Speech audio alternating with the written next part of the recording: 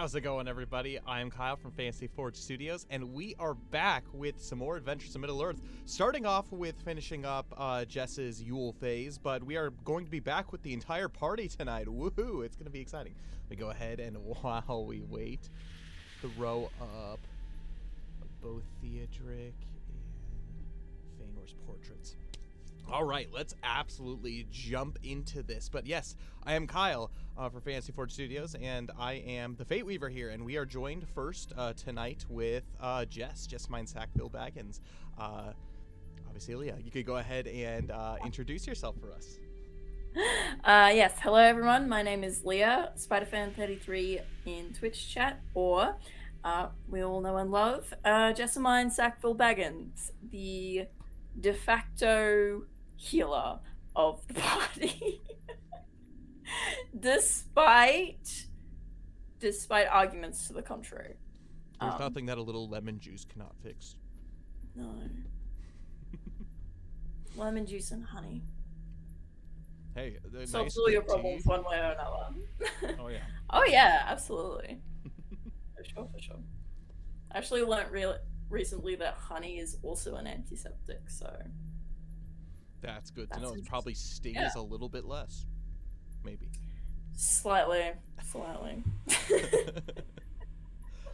But we are so happy that you are able to join us for this. I know we weren't able to get to everything from Jess's Yule phase, but this is a great opportunity to be able to finish that off, as the meat and potatoes of what she was planning on doing was going to visit Tyrant's Hill. So a little bit of a recap over what happened during Jess's last session, which was essentially her Yule phase, is she was the last one to depart from the Easterly Inn, getting into kind of late October. She decided to start venturing southwards upon finding Beorn, the giant bear man, the leader of the Beornings. She was feeling restless. They were having dreams, but lo and behold, there was a giant bear that was out around the Easterly Inn. And so, upon meeting Beorn, he decided to travel alongside Jess as he was making his way down to the various settlements of the Beornings, the furthest south, which being a town called Stonyford. And so he decided to protect Jess and also have a little bit of company on the road as they made their way south, stopping first over at Woodmantown, where you were able to... What was her name? Oh, man, I have it pulled up here. Something starting with Gizelda or something? Yeah, Gizelda. Jess was able to meet up with Gizelda right as the winter seasons were kind of beginning to start, able to catch up, and most importantly, heal some of that shadow she had accumulated from her last adventure. All of it. It was a very good and very quality. So. And it was just one day of talking, so that's all that Jess needed. And so, moving onwards from there, basically just stopping in for about half a day, Beorn made his way down to Stonyford, but first he took Jess to the furthest south reaches of the Anduin, right into the path of the road that leads to Tyrant's Hill, a long forgotten place. And as Jess had found, pretty much no road existed. However, as she traveled under the dark eaves of Mirkwood for some time, she was able to settle down out of sight, where she heard a bunch of chattering, quite lively chattering, of a bunch of brigands, bandits that were on the road, and they had captured a dwarf, which was familiar to Jess, Beaufry, who is the son of Beaufort, one of Thorin's company. But he essentially had been taken in order to repair the road. Not taken, but he was repairing the road to Tyrant's Hill to connect Tyrant's Hill to the rest of the Woodman settlements, hired by Mogdred, and he was kidnapped by these brigands. They consisted of a number of people that looked like woodmen. Some of them you weren't able to tell where they were from, but one very specifically was a young Beorning, and he was very quiet and very odd. But lo and behold, Jess decided to sneak in and be quite deceptive, started cooking for everybody, and while that was happening, they, well, she went to the wagon, and they didn't like that very much, and combat broke out. Hey, they attacked me before I went to the wagon. That's okay? true. That's actually true. There were things that were said, things that were done, and I the told combat them that I wanted to hire them as guards, and they decided to take me as prisoner. Okay, That's true. Absolutely. Don't get it twisted. They noticed Jess's amazing cooking skills, and they're like, "Oh, we could use that." Clearly, we're burning our we bacon. need to take it to the boss. And so, yes, they decided to kidnap her. But Jess very skillfully was able to evade pretty much all attempts at capture. And helping Beaufrey, they were saved at the last minute. I don't know if she really needed saving, but saved at the last minute by Dagmar and company from Tyrant's Hill, who came in and essentially scattered the brigands in every which direction, and met Jess for the very first time. Second time, I guess technically Jess had seen Dagmar, but Dagmar had met Jess for the very first time. And seeing that Jess was there to free and protect Beaufrey, decided, if you are a friend of Mogdred, Lord Mogdred, then you are a friend of mine. And so she escorted Jess to Tyrant's Hill, and that's where we concluded that last session. And so, with that being the case, we're going to go ahead and narrow our focuses. So it is close to the early morning hours by the time you approach Tyrant's Hill. Tyrant's Hill itself is a desolate place. It is a giant tower that basically is just erected on this hill in the middle of this vast wilderness. There are trees all around and also mountains that surround it on either side, but it has a perfect vantage point of everything that is around, of the forest that's below, including the very tip tops of Fenbridge Castle way off to the south in the distance, and what looks to be some ruined buildings and ruined castles down south. There's a stark difference as you look around you. I'm going to have you make a perception check for me, Jess. Ooh, lovely. Natural 20 for a 21. The lands to the south are absolute desolate. As you had noticed while you were walking on the path, there's definitely evil that is coming, that is manifesting itself out of this southern Mirkwood. Where up north, it's scary. You've been in that part of Mirkwood, and it's not the most friendly thing in the world, but it very much feels like home compared to what's down south. And as you approach this basically keep, for lack of a better term, you see that is well defended, and there are guards on every side, all of them saluting to Dagmar as her and her guards, along with you and Beaufrey, make their way up the gangway into the main entrance of the castle. This is a very fortified castle, not just by the guards that are around, but by the way that you can enter. Essentially, the main entrance of Tyrant's Hill probably stands about 60 feet up from the ground, with one long winding stone gangway that makes its way up to the gate, meaning it's very difficult to lay siege if at all possible. You look at the architecture, and you have no idea what it is. All you know is it just looks horrifying, absolutely hideous. I'm gonna have you make a Shadow Lore check for me. Okay.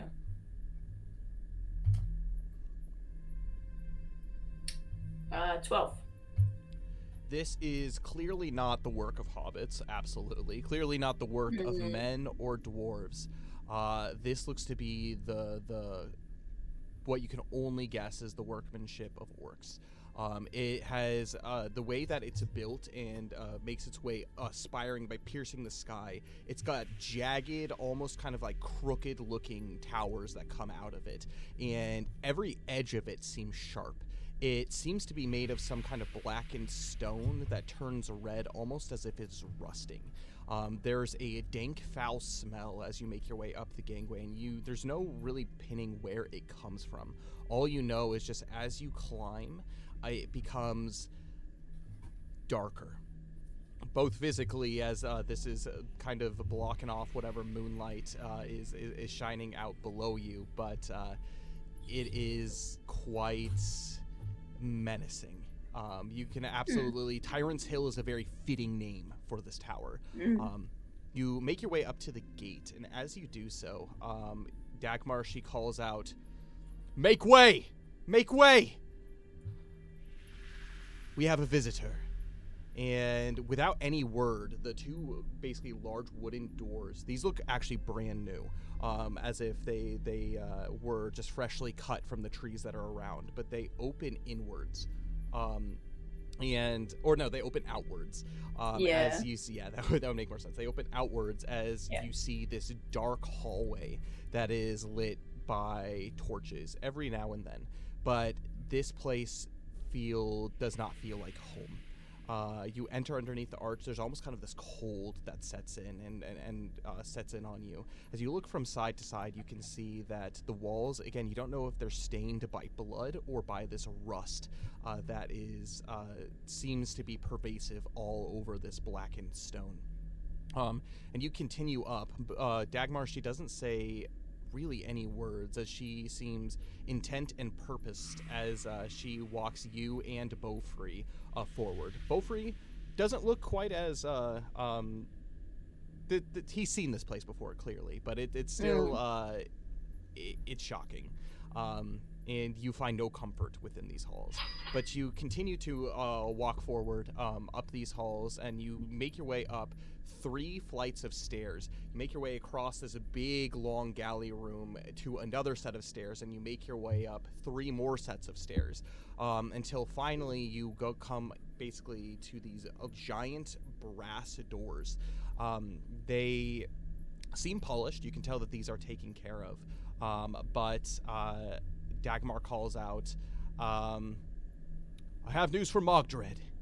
And a voice from the other side calls back and says, and you could tell it's not Mogdred's voice, but you hear, "What news do you bring, Dagmar?"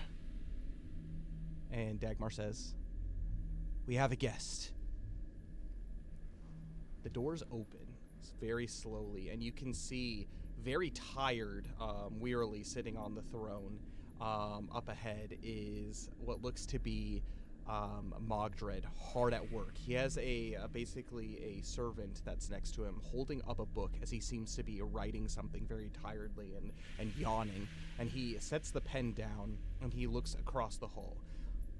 And he says, "Who approaches the throne of Tyrant's Hill?"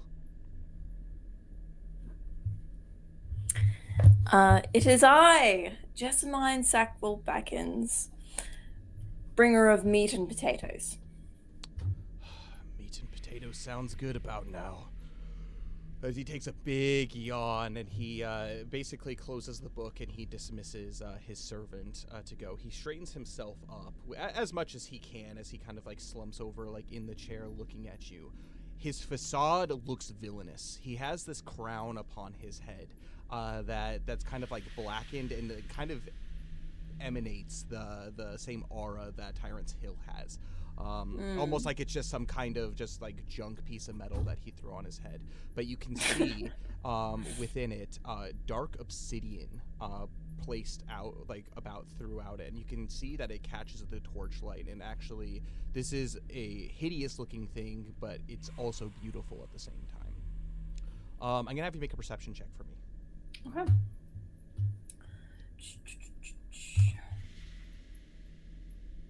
That is 19 plus 1, 20.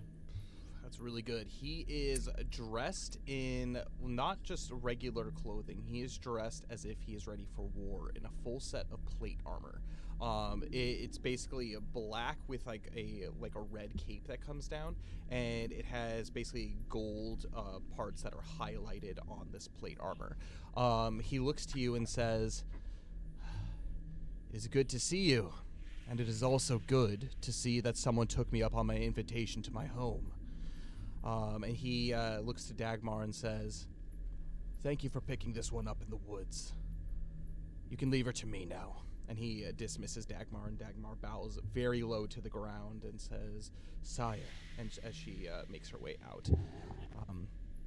So what luck brings a familiar face to this inhospitable realm that I own? Simply just taking you up on your offer to come visit, my lord. Well, This is, I will not lie, I was curious to see how your integration with the rest of the woodmen was proceeding. Ah.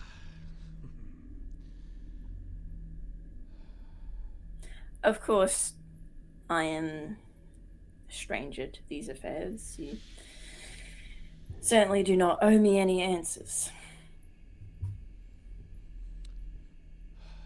Well, seeing as you are the only one, at least of any of the leaders or anybody that I have invited here to Tyrant's Hill to actually make the journey here, outside of work, and he gestures down to Beaufrey. You are welcome presence here. These halls, these walls, they tend to get a little bit depressing. And this is coming from someone who, well, grew up very much in surroundings like these. I'm used to them, but they have a way of dampening the soul, don't you think? It does. It is a rather intimidating sight. Not the most friendly, not the most welcome, not the most inviting for people, I should think. Precisely. That is the reason why I chose this location, to be able to rule.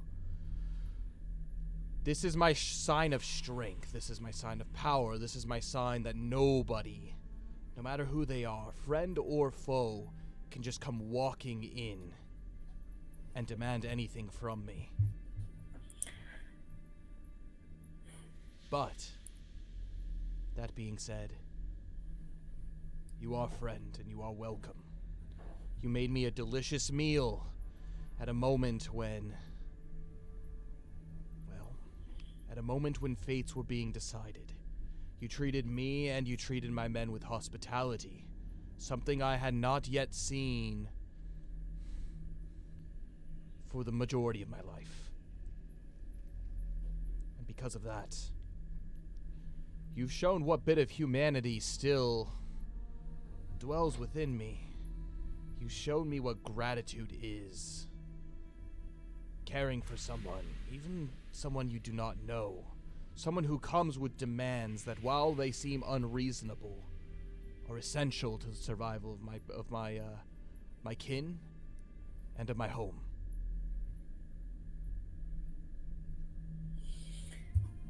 If I may, Lord Mogdred. Speak. What is it exactly that you intend on ruling? Make a persuasion check for me. Okay, let's do it.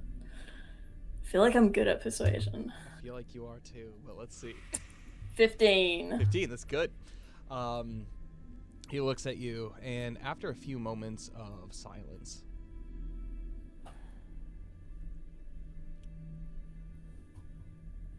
for the majority of my life, I've seen what strength is in its various forms. I saw my father in my young years. I saw how the people treated him. I saw his benevolence. And when I was taken and thrust into the prisons of Dol Guldur, I did what I needed to do to survive. I grew in power. I grew wicked. I grew spiteful. I grew hateful. And it gave me the power that I sought and desired. The necromancer. The ruler of Dol Guldur. Well, I rose up in the ranks, and he dubbed me his primary lieutenant.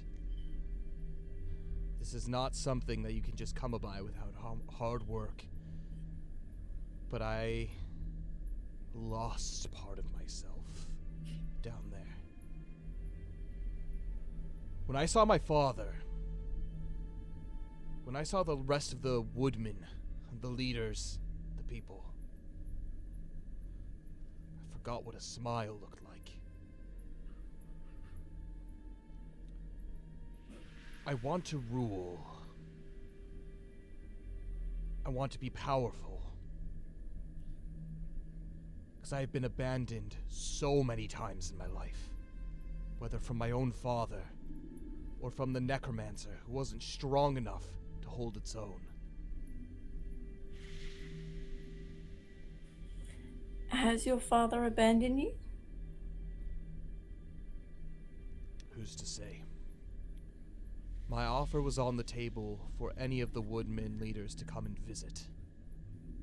I made my initiative by going to the Folkmoot. None have returned the favor, including my own father.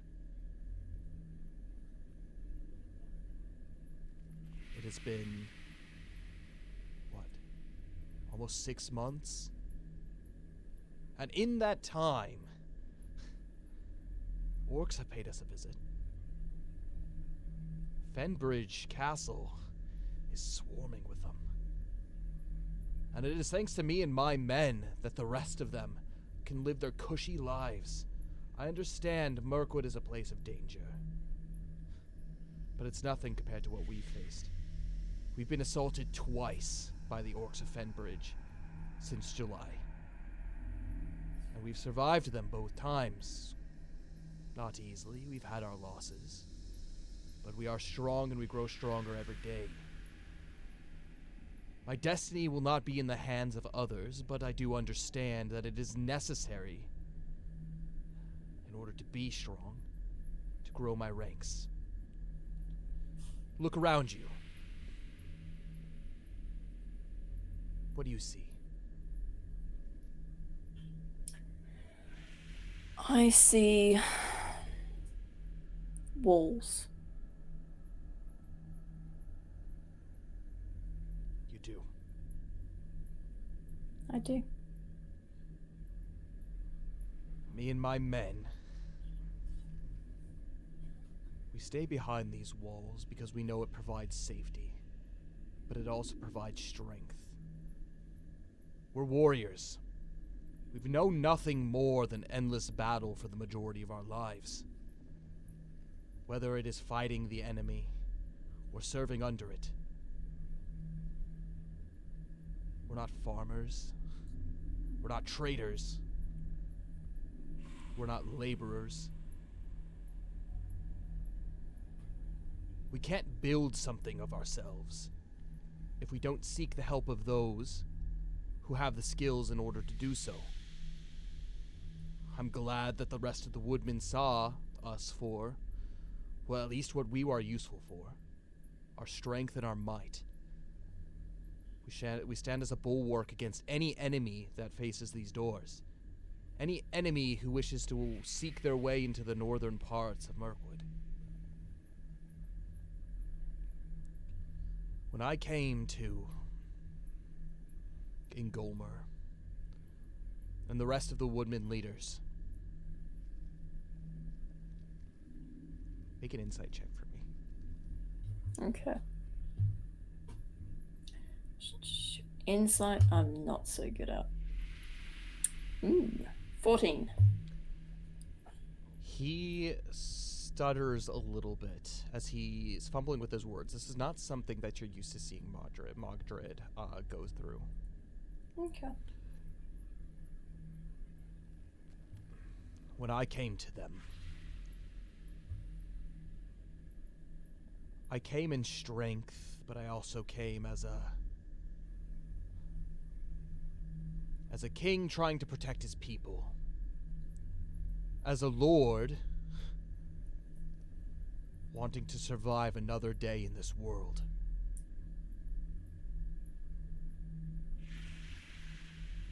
And I did so by doing it by the only means that I know.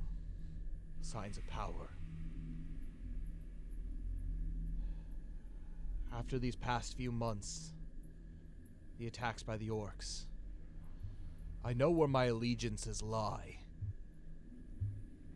There's vileness in those creatures, vileness that they instilled in me after years spent under their tutelage.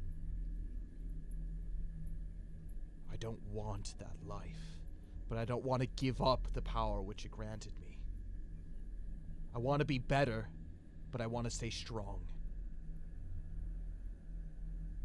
My way of ruling, my way of, well, my outlook in life clearly stands in stark contrast to that of the other woodman leaders. Ameliota, the Black Tarn, literally sits right in my backyard. And, well, one of the things we agreed upon at the end of the Folkmoot and all the leaders is we would protect the people. Ameliota was to give us food and hospitality when we needed it. She does. She gives it. But she is an irritating woman. Understand this. Our court is one of convenience, not camaraderie, at least in her eyes from what I can tell. Her people are protected, yet she offers scant gratitude for our support beyond our initial agreement. Saywin, you remember him. They call him the Generous from the East Bight. Well, he has been quite generous indeed. He has given quite a fair amount of gold and some resources here and there. But what good is gold if what we use to purchase supplies never arrives? Don't even get me started on Mountain Hall. And he just leans back and he scoffs and he laughs to himself, almost like disbelievement. I will say, they made through on their promises earlier.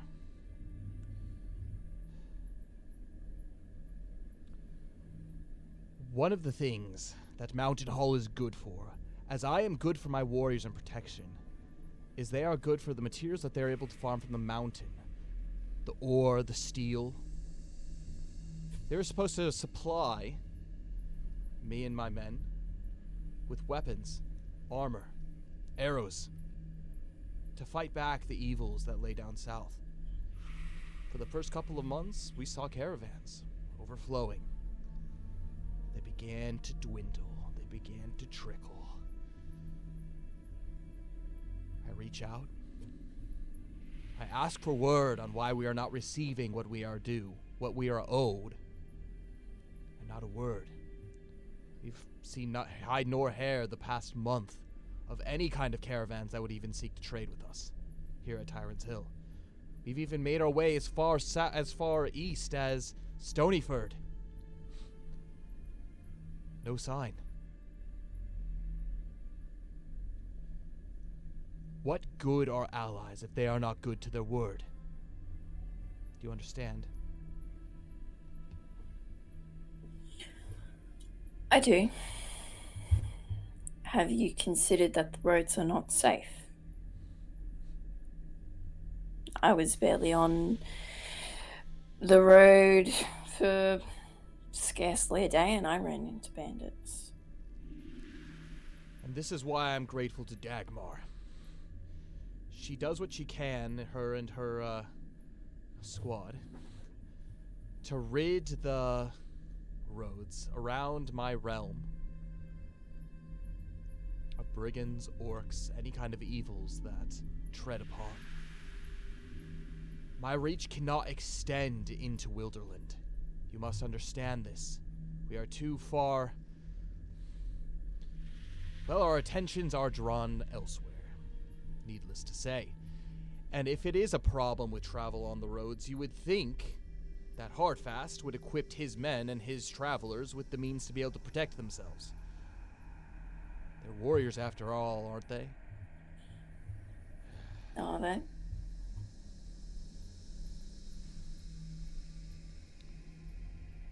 All I know is we have enough to be able to survive for the time being. but you want more than that. I want what is promised to me. I went out of my way. I took a leap of faith, returning to my father, asking to be a part of something. But thus far, all I've had was empty promises. I've been short-handed on every deal that has been made. I understand I'm not an easy man to work with. But I do think what I'm asking for is not unreasonable for the safety of my people. Tyrant's Hill will not fall. It will not fall to orcs. It will not fall to scarcity. And it will not fall to the failing wills of noble men.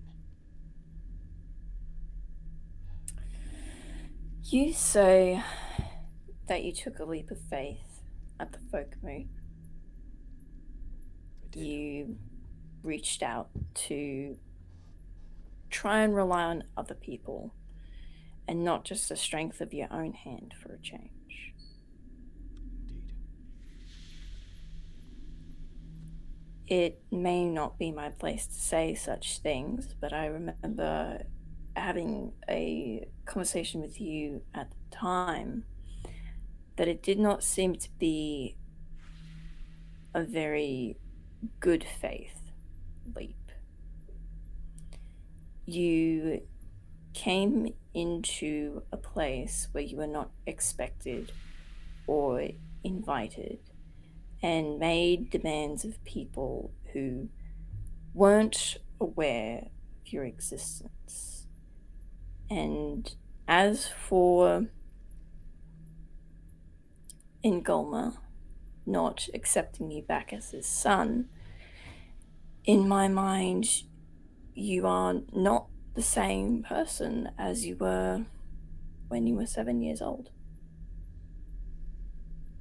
Even you yourself do not have the same name as before. You do not call Ingolma father. You barely recognize your blood bond to him.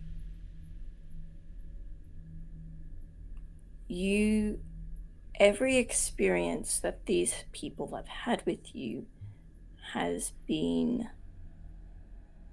one from a point of defensiveness, one from behind these walls of, frankly, insidious rock.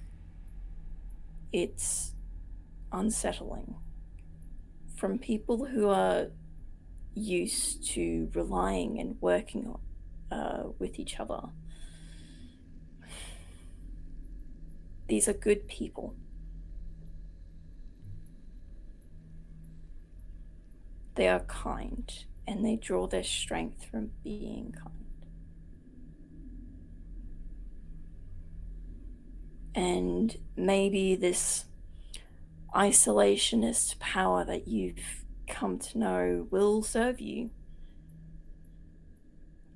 Or maybe it will just drive everyone away who will reach out a hand to help. There would have been many people who would advise me against from coming here because they do not know the type of man you are. They do not know how your experience with serving under the necromancer has changed you, how it has corrupted your soul.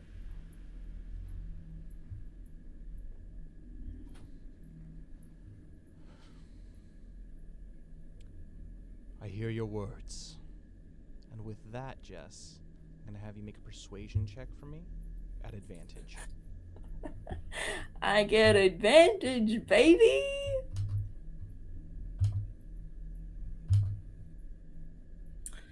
Okay, that's fun. 17. I hear your words.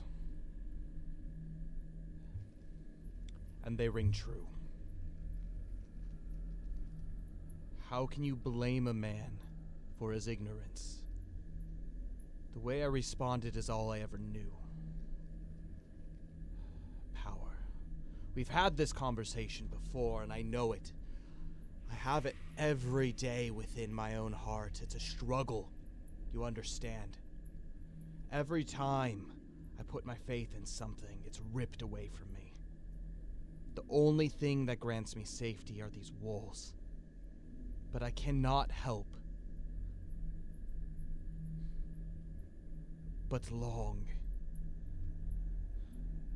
to believe you. I want to believe you. The fact that your sheer presence here, after just a simple invite,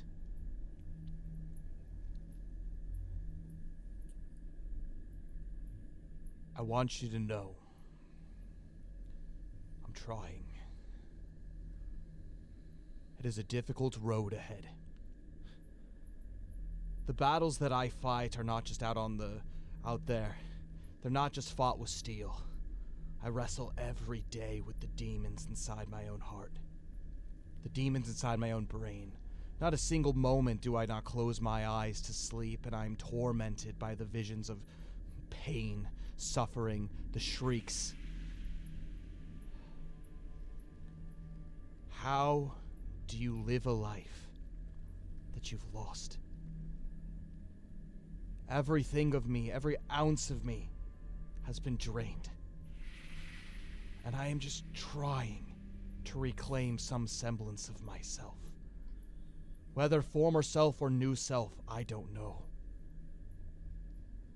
But one thing that gives me purpose are these people.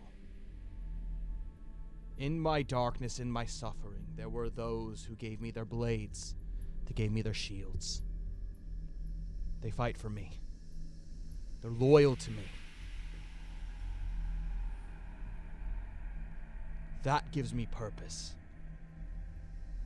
I want to grow my kingdom. To give them lives I did not have. And I know no other way of doing that than by strength. That's what I know. That's what I've been bred for. Down in those dungeons, I just wish somebody could understand what I am going through. The torment, day in, day out, that I am going through.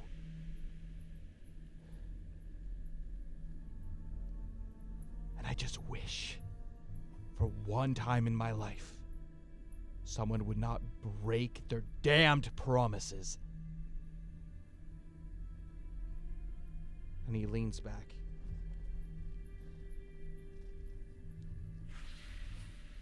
I'm sorry. I did not mean to take my frustrations out on you. But it feels good to get some of it out.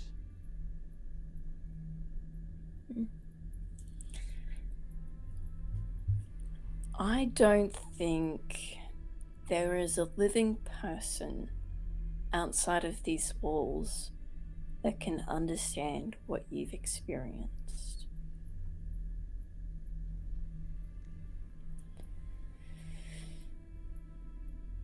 But if you ever need someone to talk to, I am here for the winter if you'll have me. And I'm sure, despite what you may think, Ngolma would be happy to have you visit. Not as Lord of Tyrant's Hill, just as someone lost, looking for someone to keep their promises. Your words give me something to ponder, Jess. But in the meantime, I do have matters at hand that I need to do. My responsibilities never end. Jess. You look tired. I'm tired. I'm always tired. I can't remember a time in my life where I haven't been. You should rest. I'll do what I can.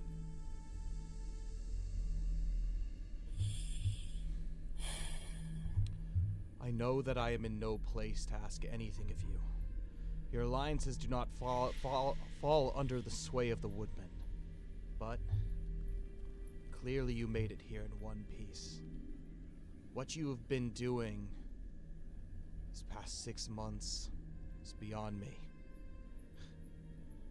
But you made it here. On your travels. If your adventure takes you by way of Mountain Hall, could you do a little digging? And he laughs, and if necessary, a little threatening, to figure out where our purchased and promised supplies are. If you can uncover anything, it would be a great service to us. Any way, in a way, it'll be a great service to the people, not just the people here at Tyrant's Hill, but all of the Woodmen.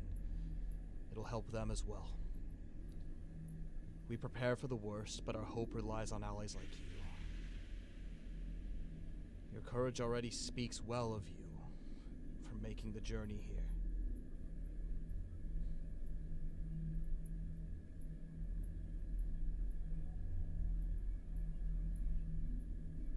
If you could do me this favor, it would go a long way.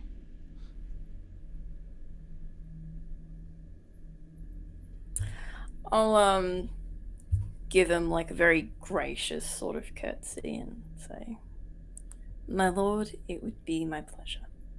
Together then. And he stands up and he stretches and he says, "Stay as long as you like. Help yourself to the kitchens. Teach Galvin a thing or two about how to use salt." Does he put too much or too little? Way too much. See, I have to teach him about lemons. Speaking of which, teach him about any kind of rationing. This is part of why we're struggling. He uses all of our spices on one meal, and it makes that meal terrible, and by virtue of that makes all of our other meals terrible. Do you have a spice garden in here, perhaps? No. I know you say you are no farmer and you are no laborers, but these things are not hard to learn. Have you looked around? Do you think there's anything that grows here? This is a desolate place. Perhaps not the smartest place to decide to build a civilization, but nonetheless, it's a safe place. Well, orcs aren't exactly known for their brains. Speaking Or of their salt, they eating salt the habits. earth wherever they go, too. Make sure nothing grows. It'll be another 1,000 years before anything grows on the soil around this place. Perhaps we should get some better soil. Thoughts? Thoughts indeed. And he sighs. When you do depart, I hope you have safe travels.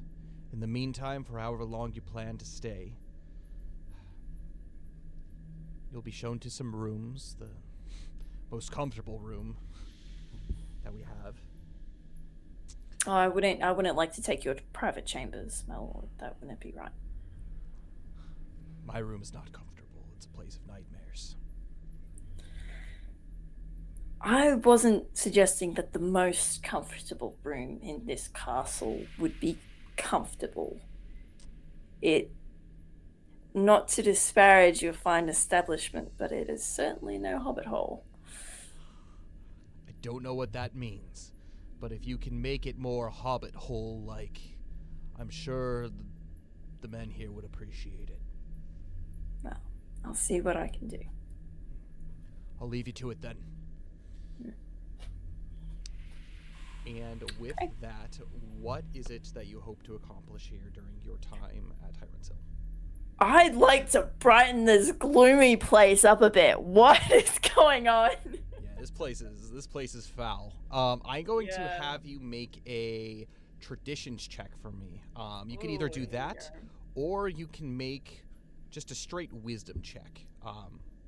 Either or. Okay. Hang on. Oh, they shake out to be the same thing. I will do traditions. Okay. Okay, that's a 13. Not bad. The more time that you spend here, the more you realize, yeah, what is Hobbit like? But no, you're able to pull from your roots, and you begin to decorate this place up a little bit. What are a few things, Jess, that you are doing in order to make this place a little bit more homey? Probably like redecorating a little bit. Seeing if I can like even get some people into like weave some rugs and stuff like that, some simple things. They are Making absolutely sure it's terrible at it, by the way, so you have to have patience. That's okay. This is arts and craft. This is our group therapy. We do it on Wednesday afternoons. Get them some doilies. Exactly, you know? Modred's always late. You know, I have them like do a little group project, and I have them make their own flag and stuff like that. Get some beeswax and teach them how to make beeswax figurines. It's just like infusing my general cheeriness into the place, and like, Perfect. you know, becoming that familiar face where like I'm always smiling and cheery, you know, just moving about the castle, stuff like that. And then Teaching Galvin how to cook, hopefully. yes, that'll be high on the priority list. I'll see if I can get him to like do the 6-day 6-meal hobbit thing.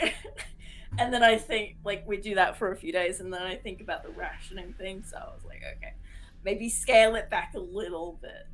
The one thing you do notice about the kitchens is it's very well equipped, actually. You can tell Okay. a lot of this stuff has been, you don't know if it's been looted, carried over from other establishments, from people that in the 6 months that have passed, have decided to become part of Tyrant's Hill. But the one thing that you also realize is it's all disgusting. Half the pots have just like standing mold in them. And like you can tell that there are no ethics of cleanliness that exist within this place. And so, yeah, definitely you have to be at work helping them, teach them I become a hygiene and taskmaster. Yeah, it's just like, you don't even wash your uniforms. the small pitter Get on patter of feet that goes down the halls of Tyrant's Hill. Everyone's like, oh no. People just terrified. Oh, monitor There's a Jess. new tyrant in town. No, she's gonna make us weave another rug. I want to go on patrol. I thought that The was only Dark a Wednesday Lady thing. Jessamine. Yeah. We have to cast her skillet into the fires of Mount Doom. Don't From you whence it was dare. made. She'll come after you with a frying pan. Oh, it's great. It's great. But at One the end, frying pan to rule them all. one Yes. frying pan to bind them. I love it. But while you are doing this and you're making a little bit, making Tyrant's Hill a little bit more homey, there's not much you can do about the exterior and the facade. But as you I do really want him, depart, yeah, but I want him to be happy about the place that they're living in, Yeah. and like actually having some pride in how it looks and how they present themselves. Use their bad dirt to make paint that they can, like, mix up and paint their walls with, so it's Yeah. not just bare stone. There you go. yeah, and Perfect. as you do so, you find a lot of resistance right away at first. However, there's one day that just all of the resistance seems to just go away. Clearly, there has been an order from Mogdred to let you do your thing. And Aw. as he does so, he doesn't really participate or interfere. You don't really, and as you see him pass by, you don't see him smile, but he does make eye contact with you, which is more than he does to most other people. And as you I do, always give him a smile whenever I see him. and he takes that into note. But as you do decide to depart in the early spring, there is a sense of warmth that leaves behind you from the cold, dark place that is Tyrant's Hill, and hopefully Jess's impact has made it a little bit warmer. You begin to depart basically along the road, and during this time, Beaufry's been hard at work, and he's been able to probably about another mile of road create within the few months that you have been there, which is quite impressive indeed, and it's a very cool. smooth road. All the stone has been cut perfectly to be able to fit almost seamlessly like a puzzle. No cobblestones here. This kind of looks like White Tower stuff, like very like smooth that like a carriage could go over. But you do see him if on your. I were sorry to interrupt, I'm just curious about something. What would Beaufry say if I asked him about the actual stonework of the castle and that red like rust bleeding through? He could easily tell you. So essentially what this is it is a dark stone that has been mined from the mountains of Shadow, which surround Mordor. Okay. And so these were brought up, basically up the Anduin by ships, and basically dragged when Dol Guldur was basically being built, like kind of around that time, and the darkness began to take.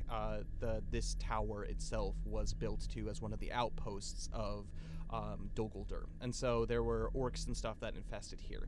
One of the big reasons that it is dark and it has kind of like this red stain to it is orcs do not do well in sunlight, and this is a kind of stone that almost exudes darkness from it, and so it provides almost kind of like this cover by just being around even in daylight, kind of like this hue to block out kind of the sun. And that's one thing that you did know, even on some of the winter days that are bright and sunny, there's always kind of like this haze that kind of almost seems to come from the building. The red itself, you have no idea why. Beaufry has no idea why this happens, but it is favored very much so because it does look like blood. It is something that upon like scratching, you can't wipe it off. You can cover it up with paint, but after some time, you haven't been there long enough to notice it, but after some time it will like begin to seep through kind of on top of whatever paint is on top of it. It's kind of like this, almost like a disease that is set within this rock. So the solution is to paint the whole castle red. There you go. Yeah, and then it all just looks the same. Perfect. Job done. I think they would Okay, like yeah. that. Yeah, I leave him like a whole tray of sweet cakes. And he delights in them and eats them as you begin to make your way north. One of the people that you do meet as you leave Mirkwood, you are greeted by basically fresh air and endless expanses of Wilderland. Spring is upon you. At this point, it's probably getting close to probably like the middle of February, early March as you begin to depart.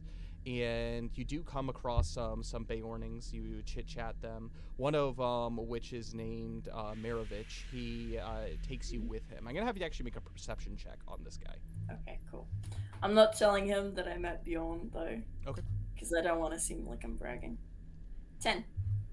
Well, one of the things that you notice about him is he seems to be not more armored than the other Beornings that you see, but better equipped. His weapons seem to be made of honed steel as opposed to iron.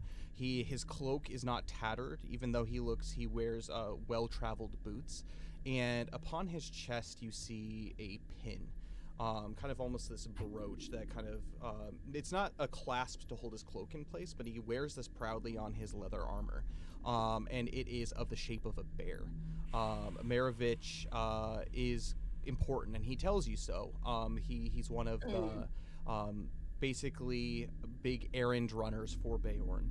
And he basically travels up and down the Anduin to make sure all of the Beorning settlements are in peace, and he sends word to Beorn whenever something needs done. So he's basically the errand boy, but also like he's a very capable warrior as well.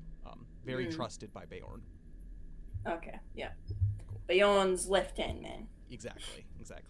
And so you travel back up to the Easterly Inn, and by the time you get to the Easterly Inn, it's early March, and at this point you are actually the first one to be able to come back from your other companions.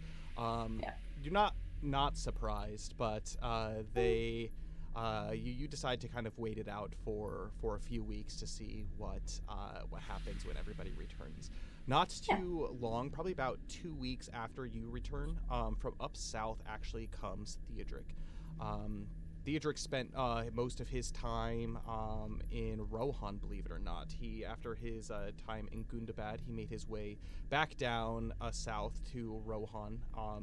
And we can have a separate discussion about that, Dom, about like what you accomplished and everything down there, or that could even come up in this session if you have things in mind. That you need to get rid of the character art on the Twitch stream, Kyle. Yes. I got to Did you reveal just forget? everybody. I got to No, reveal it's okay. everybody. We were doing. We're jest joined by our player. We were doing jest stuff, so It's Hey. us. Hey. We're all here. yeah, everybody's we're here. we're just half an hour away. The family's back together again. Yeah, I'm so excited. Not all of us. Not all of you. And then the last week of March, actually, Feanor does return, and he returns with a caravan. It is led by Igor, but not Bill or Tom. You recruited new people from the Principoni. One of them's like kind of like this like young middle-aged man from down there, and another one is basically his son, which is like a grown like 22-year-old man. So definitely probably around the same age as like Andy and all of them, but yeah. So you do return with this new crew of people, and freshly restocked from everything from the Shire and Bree. You very successfully made your way across with actually almost little to no resistance in these early spring months from across the High Pass or anything. It seemed eerily quiet almost, but you knew that the Beornings were doing their part, at least in the Wilderland portion of it, and the Elves of Rivendell were very much doing their part as well as you made your way back through. And with that, we're going to go ahead and leave it over. It is a nice, crisp spring morning. It is April the 1st, and everybody is in their own rooms, and they are enjoying a very well-deserved rest from plenty of time of travel. I'm going to go ahead and turn it over to the party. Yeah. What time of day is it? It is early in the morning, probably Early in the daybreak morning. around 5:30 to 6 a.m. I'm already in the kitchen. I'm just cooking up enough food to last everyone the whole day. Agatha has joined you. Yeah. No, Agatha, you don't need to. It's fine. I got this. Oh, happy birthday to me. Here's your gift. I'm actually really excited about this. Cody's not one for giving good gifts, so Oh, really? Oh, Thank I you hope so you much. like it. It's she okay. I can. may I? And she looks to you like Yes, almost please. like she begins to unwrap it. What did you give her? I got her. I made her like a necklace, like sort of the thing that we were talking about before, but like in a necklace form. Mhm. And I've got like all these brightly colored pebbles woven into it. And actually, it would be a good idea if I took if I had hair from like their kids and Dodie himself, just like woven in like a family thing. Just to like show the kinship of the bond and stuff like that. Yeah. She takes it and she puts her hand to her mouth and she says, "Oh my. This is wonderful. I can't remember the last time I've gotten jewelry." And she puts it on Aw. with your help, and Yeah. she's, "How does it look?" And she basically Agatha, you puts- know you always look fabulous. Come here, give me a hug. "Happy birthday." As she Birthday. thank you so much. All right, now get out of here. I have to keep cooking. I know. Look, we've already attracted some of with the smells that you're making in here. And at this point, Dando and Rodri, the two boys, are down and they're at the table and they're asking like, Yeah. "What's for breakfast? It smells so good." "Yeah, Ma, you're Yeah. not cooking." Well, and then Agatha, she says, "It is Jess's birthday after all." happy birthday, Jess! As they both run over to you and they give you a hug as well. Happy birthday to me! Yeah, I give them a hug and I give them their gifts as well.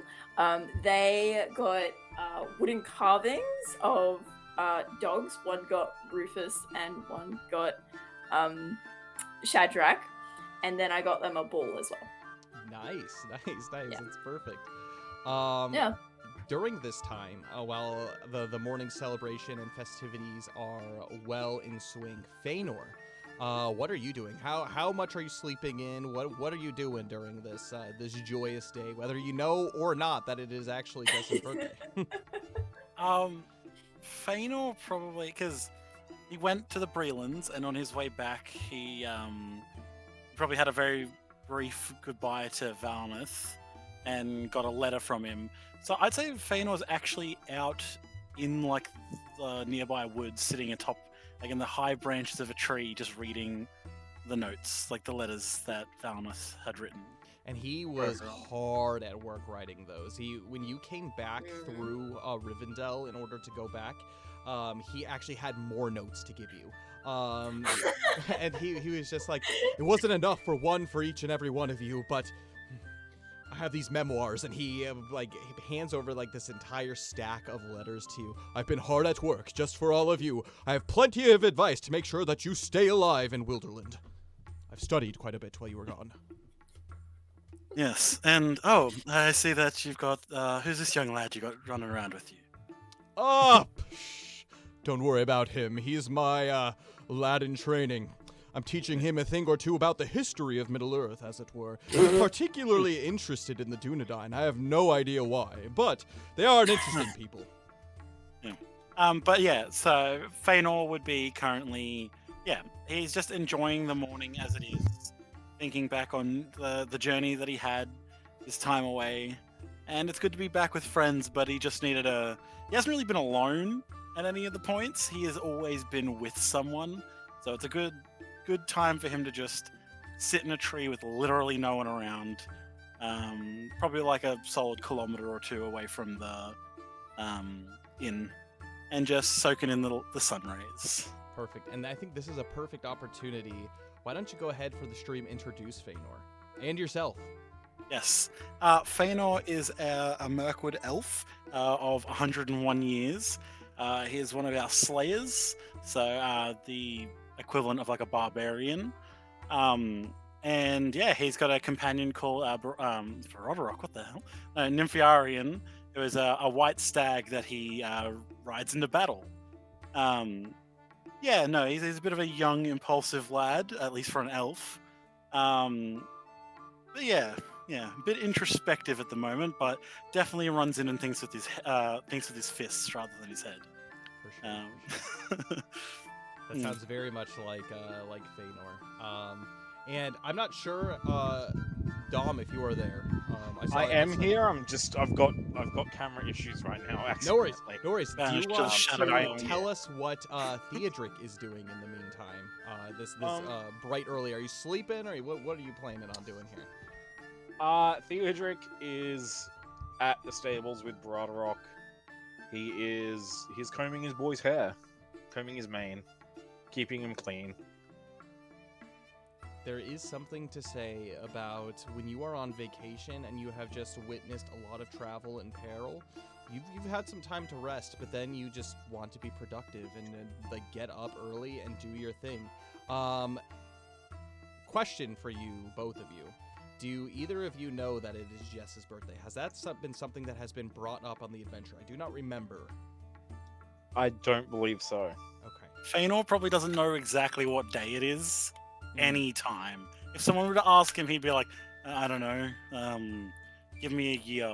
Like, what's the season? It's spring? Yeah, cool. So he would have no idea. And Dom, why don't you go ahead and introduce Theodric and your character? Hey everybody, I'm that Tubby Australian. If you're an old hand of the channel, you've seen me around. If you're a new hand, hi, I'm one of the mods here. I play Theodric Grimborn. He is an 18-year-old man of Rohan, and he is our other slayer, aside from Feanor. Where Feanor's kind of the sword of the party, I'd like to think of Theodric as the shield.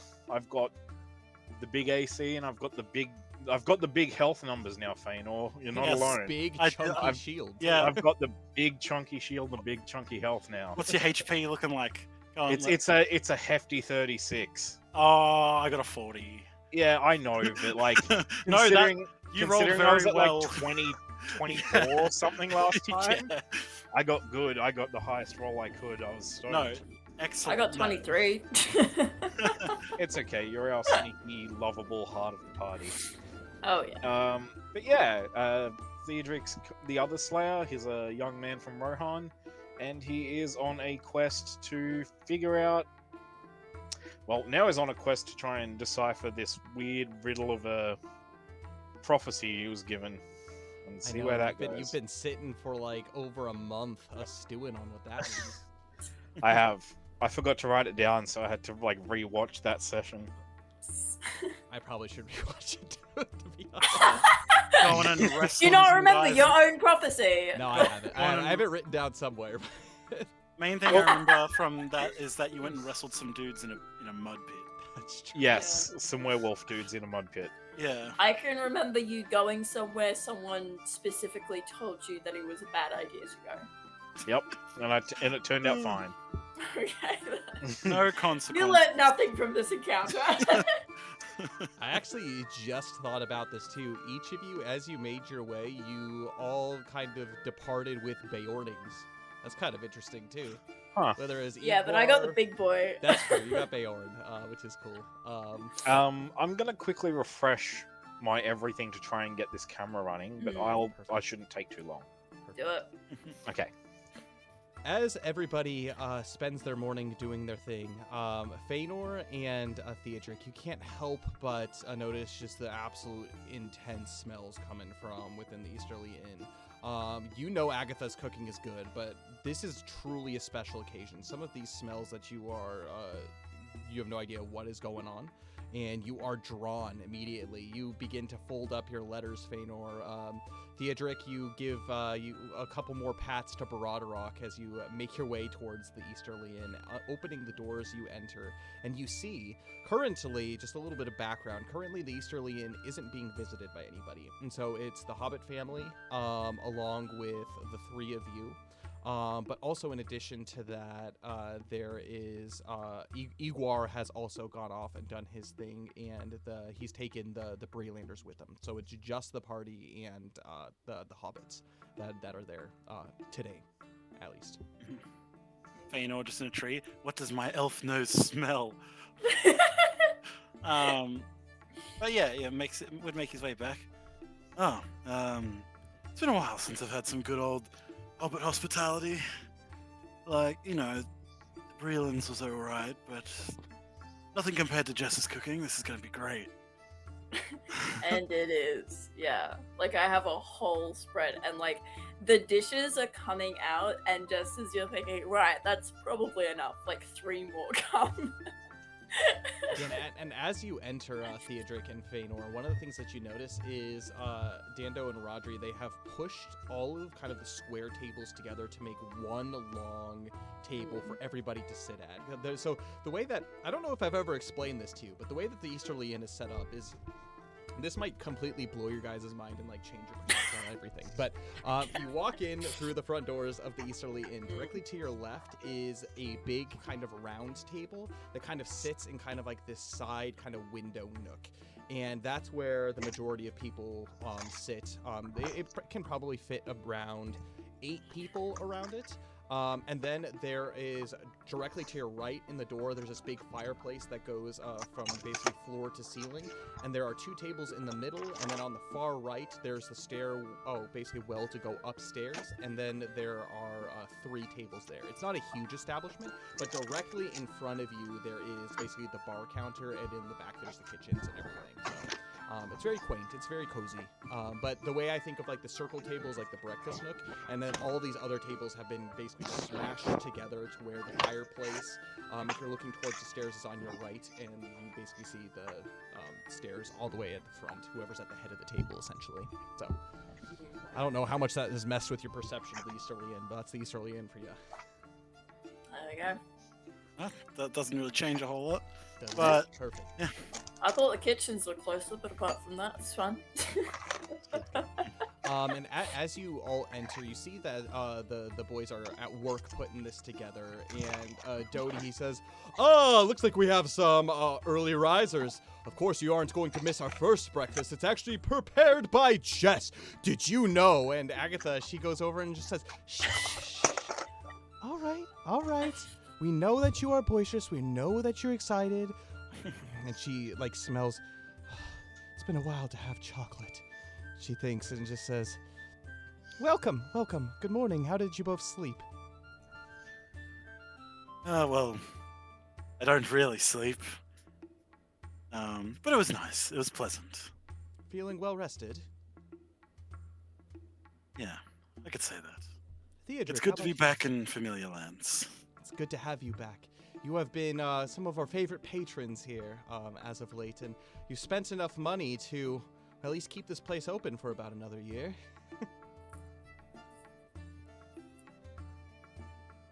And with that, I don't know if you're talking, Theodric, but we can't hear you. I think. Okay, I muted myself. Yeah. Sorry. No. I was like, well, we're always happy to help, and we're always happy to eat your cooking. So, it's been a pleasure. The pleasure is all ours, but I am not actually cooking today. Jess is in the kitchen, hard at work, and she whispers, "It's her birthday after all." Oh, It's a excuse us for a moment. yes, please. "Oh, not at all, not at all. Take your time." And, Oh my God, Theodric, did you know? Theodric and Fainor immediately huddled. Yeah, Fanor's got an arm around your shoulders, taking you to the front door. Did you get her anything? I didn't know. We had other things on our minds. Yeah, oh, crap. Yeah. Okay. Find some rocks. Find some pretty rocks. Okay. Yes. Crystals okay. if we can, but I Fanor's guess already walking out the front door. We'll be right back. Okay, we need to split up. I'm gonna have both of you make nature checks or survival checks for me. I like how Jalen's Bane is rocks, and now Jess's thing is shadows. Right? It's so great. I love it. It's an integral part of the character. that might be Oh, the yeah. worst survival check I've ever done. It's a It's a what? a 10. That's not bad. I got No, That's I'm not very bad. good If that's the at worst one you've ever done, that's pretty good. You don't find any crystals. However, Fainor, as you make your way kind of over by the little creek that goes over the bridge, you are down under the bridge, digging, almost like you're Submerged half. fishing, like hillbilly hand fishing, trying to Yeah. look through all the rocks to try to find something nice. One actually does fall out. It is an agate, and as you look at it, you're unable to identify what it is specifically at the moment, but it looks pretty enough, and so you take it and you pocket it. Theodric, you don't have much luck as far as finding rocks. You kind of leave Fainor to his thing. However, there is something that does stick out to you. Off kind of just beyond the wood line, you can see that there are a number of wildflowers that are growing, and you begin to think, oh, a bouquet of flowers would be nice. Nice. Yeah. Cedric starts to gently gather them, trying to find. Are they just all the same color, or No, they're a vast variety of colors. That is the one thing about Wilderland that is quite different from Rohan, is Rohan tends to have patches of flowers, where Wilderland, there's everything grows all together. It's very beautiful if you're able to kind of step back and take a look. You get your reds, you have your greens, you have almost kind of your yellows and whites. It's beautiful. Nice. Well, he grabs a nice handful of flowers, like a bouquet, and he makes sure that there's lots of different colors. Perfect. There's some baby's breath that you find. All that good stuff. Yeah, Make sure you the one. put it all together. It's great. And the two of you have your Cedric is gifts. trying, despite having no sense of flowers and what is considered pretty whatsoever. Oh my God, what are you over here doing in weeds? Come on, we need to find something for her. No, I would think an elf would know flowers when he sees them. Aren't your people supposed to Half be these the are plant? These are dandelions. Like- They're literally weeds. They look like flowers. What?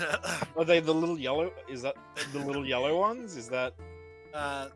No, white ones. Daffodils are the yellow ones. Okay, cool. Um, He continues scrounging them all up. Gee, okay. Theodric, when's your birthday? I've just had mine back in Rohan. We're good. Oh, okay. When's I yours? just punch him square in the face. Ow! What was that for? Happy birthday! Okay. Well, Ugh. you're not gonna do that to Make an unarmed just strike Hannah. against him.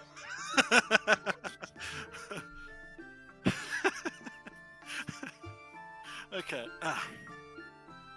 Does a 21 hit? It does because I don't have my shield with me, and yeah. Yeah. Boom! Birthday punches. And like they're not like trying to actually hurt you. They're just like he's just like starts wrestling, like giving you like a little bit of a like shadow box. And he's like, Sneak attack. come on. Yeah, he's like, Completely off guard. well, congrats on turning what, like 35 or something. I'm 18. Oh wow. You elves and your perception of time. How? Yeah. Tell me you're at least not gonna belt Jess in the nose. Oh my god, what? No, I'm not a monster. Sure. Okay, let's just go. It's her birthday. Let's go. Jess, I'm going to have you, as you, the two, you hear their voices for a second. You basically have them. You hear them close the door and go away. I'm going to have you make a perception check for me. Okay, perfect. 8. You just barely hear Agatha whisper about that it's your birthday, and this confuses you beyond belief. Yeah. You come out of the kitchens, and you're just like, where did they go? And you walk over to the window, and you see they have booked it, like they're in both full sprint out towards kind of like the edge, and you see a Feanor like going down like fishing in the water, and you see first Theodric doing the same, and you're just like, I have no idea what's going on. No idea what's going on. Alright, if they want to join the birthday celebration, yeah, I think I'm a bit confused why they're out there and not in here where the birthday party is. Question for you, Jess. What what breakfast meal have you cooked for everybody for your birthday? So there's probably a few different things, just like some like breakfast roast potato with like fried eggs and stuff like that. Lots of sausage, bacon, porridge, like oatmeal, like sweet and savory oatmeal, as well. Probably waffles over pancakes because I feel like we do pancakes a lot, but waffles not so much. And yeah, just like some hash browns and yeah. The creme de la creme to top this all off is you have actually a chocolate sauce that you are using to pour over the waffles. This is something that has been brought back from the Shire. Chocolate is widely not made anywhere in Middle-earth except in the Shire. And so it's very much a delicacy from home. And when you have celebrations back home, like the two things that you can think of are cream and chocolate. And so like these are like something that you have kind of like a chocolate sauce on the side, which means I think I saved most of it for the cake later. Perfect. Which means Theodric and Feanor, chances are you've never tried chocolate in your lives. So even Feanor in your 100 years, you probably don't even know what it is. It's just this brown goo. But you can't really quite pin what the smell is either when you do come in. But the two of you do make your way back into the Easterly Inn, and everybody is already sitting down. And as you open the door, Jess, what is your reaction? Oh, good. You guys did come. I heard you leave earlier. You are invited to the party. I wanted to make that clear. Will you stay? Of course. Of course. Okay, We were good. just All right. running an errand. Present time. Open these. And We were she just gives getting- me like 2 individually wrapped gifts. Like, Theodric's got like a bleeding nose. A gift for us. yes, because it's my birthday. Isn't that exciting? Feanor like very slowly turns to Theodric, like, I think we misread the situation. Huh. We should have probably Theodric, asked what more happened about. to your nose? Are you okay? Oh, it's No, fine. it's It's fine. fine. It's a birthday thing. Yeah. Yeah. I don't- Actually, here you go, Jess. Happy birthday, and I hand her the rock. Oh, this is pretty. It's still got like mud on it. Yep. Like, Oh, this is like she cleans off a bit of mud. This is agate. Why are you Yeah. giving this? Why? Are you... yeah, freshly farmed this morning. And Cedric hands her the flowers. Happy birthday! You know it's my birthday, right? It's not your Yeah. birthday as Yeah. well. is Yeah. it? No, Yeah, it's your birthday. do hobbits not So get why presents you- on their own birthday? We give Maybe they presents just to other cook for people each on other. our birthday. Oh, okay. Oh, We do it the opposite way. You Yeah. do it the. What Yeah, the We fuck? we get Well, like- presents on our birthday. like Valenet's birthday, I Then cooked him everyone up would be frogs. getting. Yeah. Like that was my gift to him. Oh, Yeah. wait, did you. Feanor, did you punch Theodric in the face? That wasn't very nice. What? What? It's it's just birthday things. Yeah, it's very yeah. much not a hobbit. We've misread the Right. situation. We've heavily misread the situation. Lovely. We probably Thank should have you. asked for more information. No, Miss that's Agatha. okay. It's not like I've well, told you much about Hobbit culture. Open your gifts, please. Okay. Okay. Yeah. Aina opens it. Yeah. It takes You a step both. first. You both get not matching Oh. but not matching, but they are friendship bracelets. Oh. Just Oh, like broken across. She's laced like little stone beads on them as well. I think Feanor would get like more like green forest colored beads, and then Theodric would be like more brown and like fiery reds and oranges and stuff in that sort of family. Yeah. Thank you, Jessamine. This is wonderful. And Cedric's going much. to start to wrap it around his wrist and tie it up there. It's I didn't uncanny. know. It's uncanny too because these fit exactly on your wrists, as if they were tailor made for you. Yeah. She measured out her hand. And in the night. It's like I don't. this is strange. I don't. I think you're thinking too much about it, Feanor. Where have you? What did you do while we were away to make you so paranoid? Yeah, I don't really want to talk about that all. Okay. Anyway. Alright, now happy it's birthday. time for food. Come sit by me. Come sit by me. Yeah. And I'll direct them to their table and make sure they get the best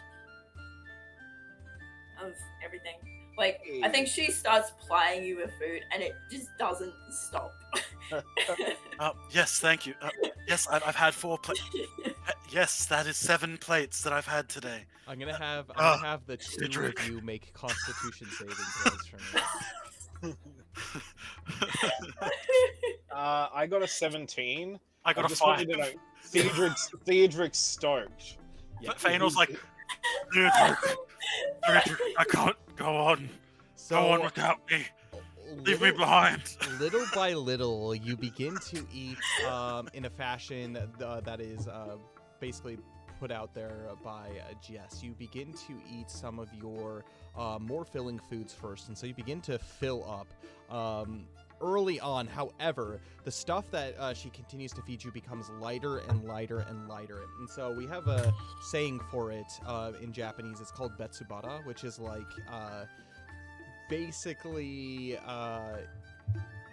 like second stomach, kind of like if there's like something that like looks good, you have a second stomach for it even though you're full. And so every new thing that comes out is like you have a second stomach, third stomach, fourth stomach, and you are just like beyond filled. And Theodric, one of the things that like really brings you to continuing is you notice this peculiar pitcher on the table. And you bring it over, and it's this a brown kind of thick goo. And at first you're repulsed by it, but then you look at it and you give it a sniff.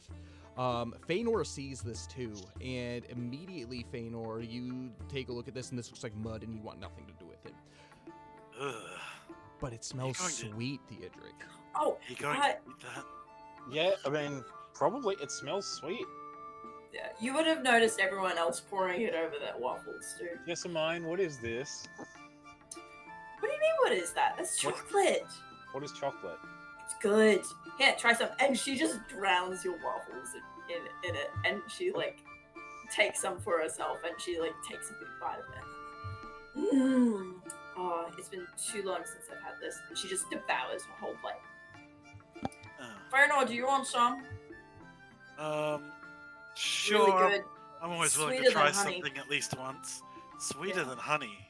And Cedric is poking at his waffles with his fork, and he's just gingerly takes a bite. Immediately, your senses are filled with absolute bliss. You've had sweet before, honey, primarily, but you've even had like sugars, kind of like refined small bits of sugars, like on the top of sprinkled on the top of some things. But this is another level. It's rich. I'm making myself hungry. It's rich. It's divine as you begin. It just melts in your mouth and just makes you salivate immediately. Yeah, exactly. You get the whole waffle. Fernor's good. It's really good. See it? Told you. It's sweeter than honey. See, And stronger than milk. See, that's the bit that I doubt. Honey's It's like really good. 100%. And he's just still eating. Fëanor, you poke I take at some it. and I over his waffles. And well, here I go, and he takes a big bite of it. He's like, oh well, look, it hasn't killed Theodric yet, so if a man can survive it, then it's not going to be deadly to me. As you take a big bite, your senses are automatically overwhelmed with the sweetness, and as you begin to swallow, you've realized you had one bite too many. You have to excuse yourself as you go to the table. You don't remember what this tastes like because you are just so full. You excuse yourself to the table, run out the front door, and you disappear into the distance as you begin just hurling your breakfast up. I went too long without eating hobbit food. This is very true. This is very God. true. I feel like Jess would be Everywhere. somewhat familiar.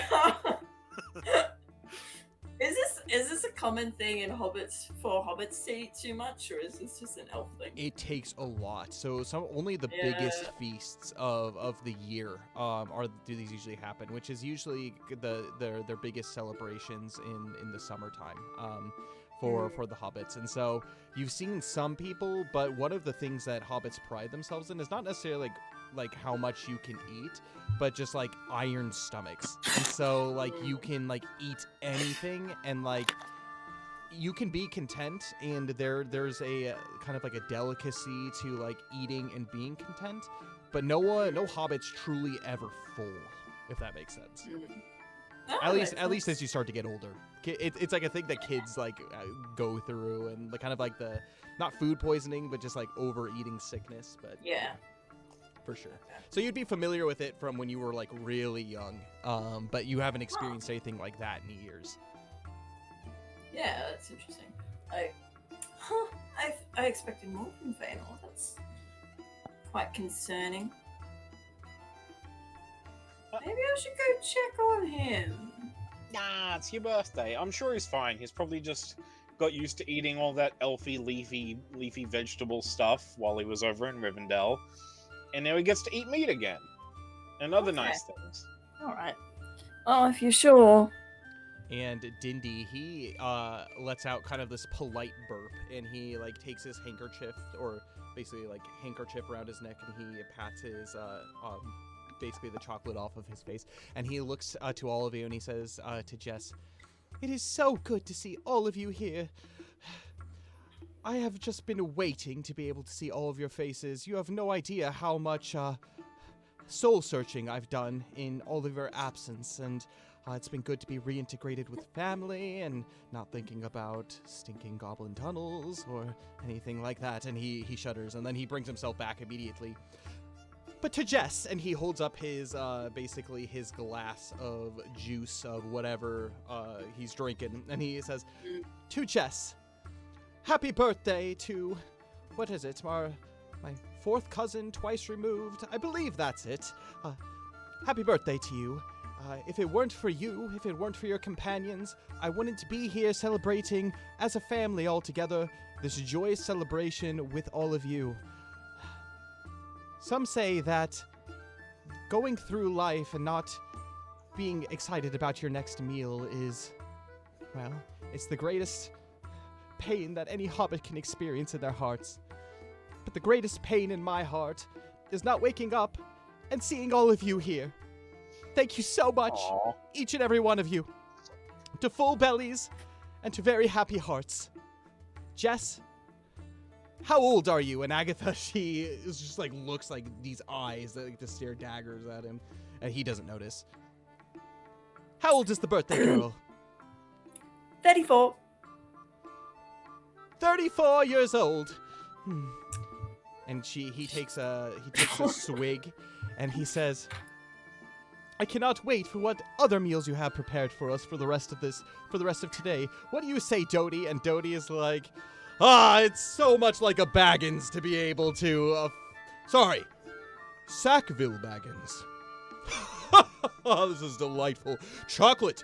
Tell me, which farmstead did you get this from? And he begins talking to... I'm just going to quietly excuse myself from the table while they're chatting and just go back to the kitchen. Perfect. And in the meantime, and as that's happening, Agatha, she stands up and she goes back to join you, and she says, sorry about that. He's not quite been the same hobbit since his rescue, but slowly and surely he's finding semblance of his former self.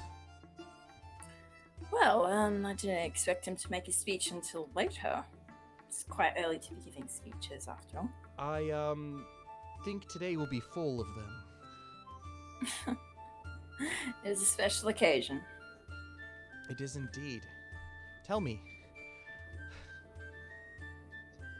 where did you go on your adventures? You traveled alone. I know you had Beorn with you, of course. That's wonderful, but I heard that he had returned months ago, and you weren't in tow. We were worried for you, dear. Oh, I'm sorry. I didn't mean to make you worried. No, not at all. I spent the winter at Tyrant's Hill. That sounds like a dreadful place. It is. It needed a hobbit's touch, I felt. So, Is this something that your companions need to perhaps know about? I don't mean to step on any toes, but I'm just... maybe, happy but to have you it's back. my birthday. We can take a day and relax. Yes, indeed. After all, course. it's not every day that a hobbit turns 34. Four. Yes. She winks Yes. at you. 34. I give her a grin back. Thanks for not ratting me out. You've been a good friend to me, Agatha. I'm gonna tell you something. Your presence here definitely changes up the day-to-day. I love my husband, of course, and I love my brother-in-law, of course. My children are great. But out here in Wilderland, you don't have a lot of friends. A lot of faces come through, and it's good to be able to enjoy a little bit of some, well, girl time, Oh, well, if that makes sense. if you think that's good, shall I give Dodie his present now? I think you'll be quite pleased with it. I'm very much I looking think he forward will to. too. Yeah. So I give Dindy his present first, and I got him. At this point, like, just Feanor, have something- you returned? Yeah, I would have. Okay, Uh, you wretch, Feanor would be, come back. he'd be Yeah. like in the corner, like with like a mug of ale, just sitting there, like a hand on his head, like. There's nothing like breakfast ale. Yeah, it's like 9 a.m. and he's like, I need it. So, yeah. but- I like to think by the time that Agatha and Jessamine have returned, there are like 4 empty plates of waffles in front of Theodric, and he's just leaned back in the chair, just like almost in a food coma. There's a little bit of some chocolate here and there on your Yeah. chin. And then, actually, Rufus has made his way over to you, and he's sniffing the plates, and he begins sniffing your shirt and making his way up, trying to lick the chocolate off of your face. No, Rufus. Go away. But he will give Rufus a scratch, a pat on the head, and scratch behind the ears. He is not as stinky as he used to be. His fur is no longer matted. It has actually become soft and voluptuous. He is great to pet these days. His breath is still stinky, but he is great to pet these days. Rufus is living his best life. He is, absolutely. Hell yeah. So you join in again, Feanor, with your tankard of ale, but Jess, you come out with your present for Dodie. Yeah. So I'll do Dindy's one first. I got him just like a set of coasters handwoven from Torrance Hill. Just like, yeah, they're not like the most well made, but they're handmade, so counts for something. He loves And them, then and he begins grabbing all kinds of cups from other people on the table and like placing it on them to see like how like level they are, and he's like, "Wow, they're all different shapes and sizes." That's part of the charm and the character of them. Keeping it exciting, I like it. That's one. And then to Dodie, I am going to give him a spoon that my mother took from Bag End. Does he know? Is this a very obvious? Yeah, I will tell him specifically. Now, take very good care of the spoon. It came directly from Bag End. And as you pull it out, and he looks at it, and almost as if he's like receiving like something holy, and you place it into his hands, and he says, "I will cherish it with my life.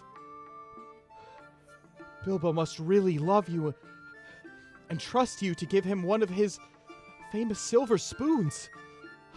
Yep. Of Baggins. This can... Agatha, no one is to use this for eating. I will go right at it and make a glass case for this. This will be on display for everybody to see. Right next to, and he looks over on like the wall, and he takes off a photo of his kids, and he's just like, yes, ha! Bilbo Baggins will have his mark on this wonderful establishment once again. Ha! And Agatha, she's like, "You don't mean that, do you?" And he's just like, "Of course I do." And he's just completely in awe, and he just thanks you so much, and he gives you this big hug, strangling like, hug. I'm so sorry, Agatha. I think I went a bit too far. That's okay. We'll find a place for it, maybe up on the mantle. Theodric is just looking kind of confused at the silverware, like, huh? Must be a Hobbit thing, and he just starts looking for more waffles. Unfortunately, at this point, as you finished up those 4 waffle plates in front of you, you actually used up the last of the chocolate too that was in it, inside the little pitcher. In your mind, this was all of it. Oh well, I don't want to have to change the straps of my armor anyway.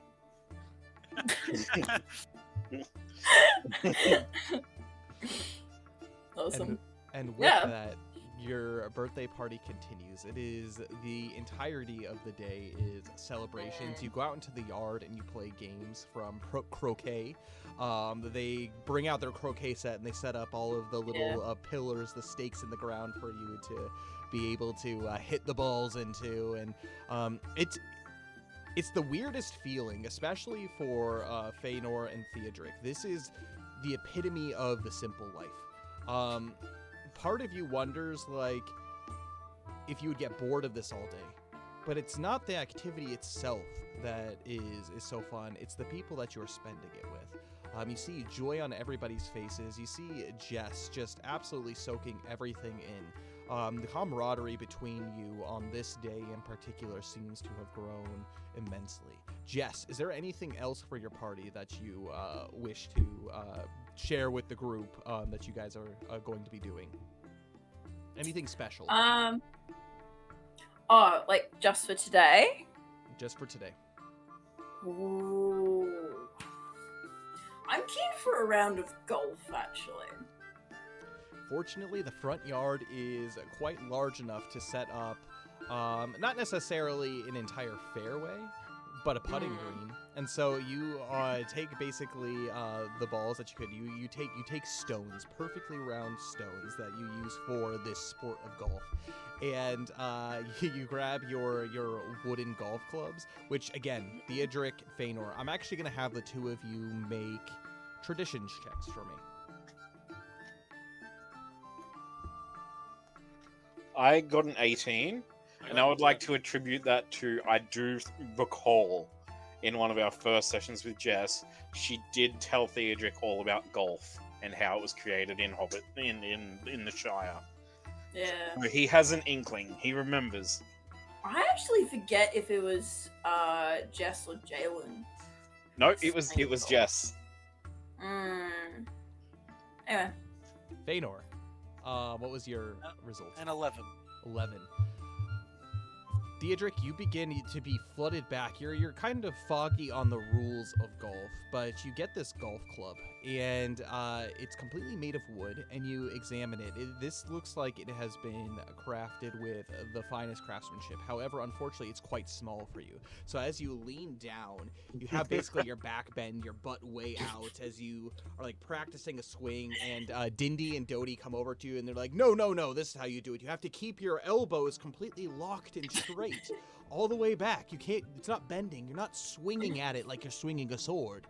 And Feanor, you look at this golf club, and you can't help but not really pay attention to the golf itself, but the materials of wood that this is made of. This is made from elm tree, which is native to Eriador. You don't find this in, so this is a very, very, very rare wood, and quite hard as well. There's not a ton of flexibility to it, particularly in the head, but as it goes into the shaft of it, this is made out of ashwood. This is more familiar to Wilderland, but it also does grow in Eriador as well. And this is flexible indeed. And so you're looking about how like it's bound together, the type of glue maybe that's used, and like this has become like woodworking 101 as you're trying to dissect how this golf club is made.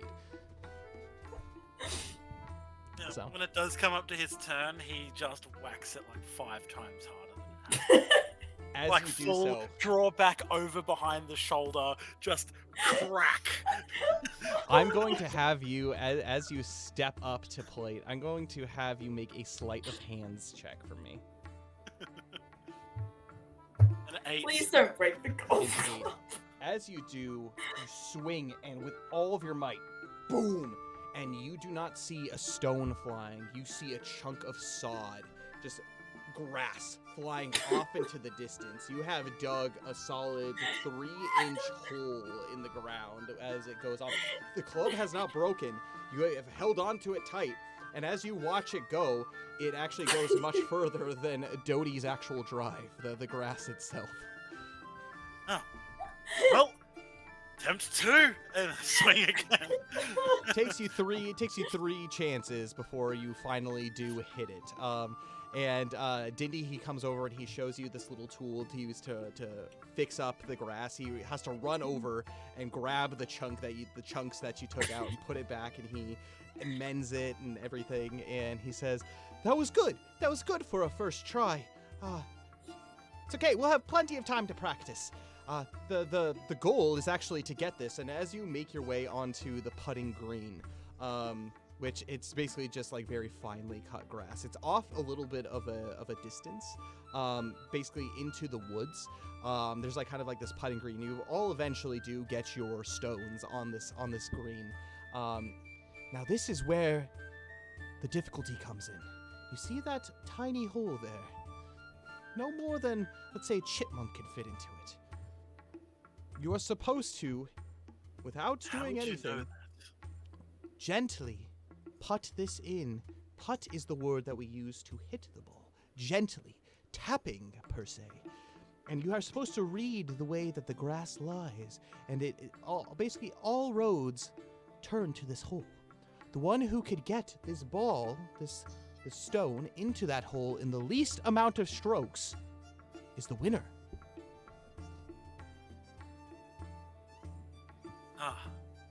All right, let's give it a go.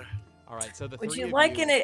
a demonstration of how it's done before you have a go, Fëanor?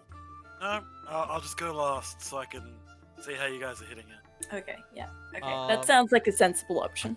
So each of you, you are all lined up in your specific places for the putt. Jess, she is actually putting for par right now. And so if she sinks this, she will get par. Theodric, you're at triple bogey, and Fëanor, yeah, you're like plus 10 at this point. But you are the closest to the hole at this point, though, Fëanor. Fëanor's like, see, I've got the most points. I'm so good at this game.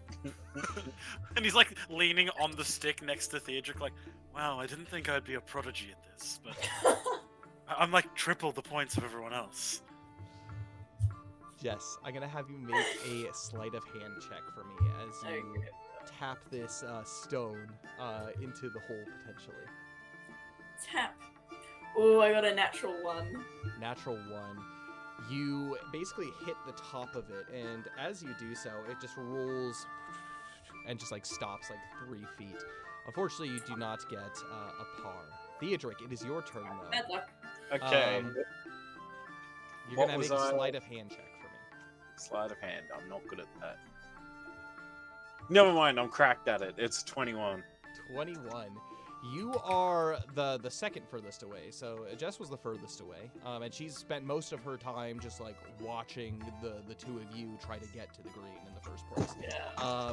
But you make your hit, and it begins to follow the line. One of the things that you're very, very well versed in, Theodric, is the way that grass moves, particularly in the wind. In Rohan, you've spent many a time just watching it and how it goes, and so you can read the lines in the grass pretty well. And you begin to pick out a line that you think leads exactly to the hole, and you tap it ever so slightly, and it begins to roll, and it does not have enough speed. However, it begins to pick up more and more speed. There's a small hill, and it begins to dogleg a little bit to the left, and that's exactly what you need, and then poof, right into the hole. You end up getting, what was it, a quadruple bogey for your first golfing attempt, which brings us to Fëanor. Hey, Fëanor, I got it in. This is going to be a sleight of hand check. This is going to be, you're the closest, so the DC is lowest for this, but feel free to go ahead and make your check. You're probably standing a solid 5 feet from the hole. Well, I got a 12. 12. You tap it, and it rolls, it stops right at the edge. You wait for a moment, and it falls right into the hole. You got a 11 bogey, whatever that is, however you call that. So, what do I win? Oh, we're not doing prizes for this game. We're saving that for Pass the Parcel. Oh, okay. Cool. And with that, Jess, I'm going to have you make your next sleight of hand check. Okay, perfect.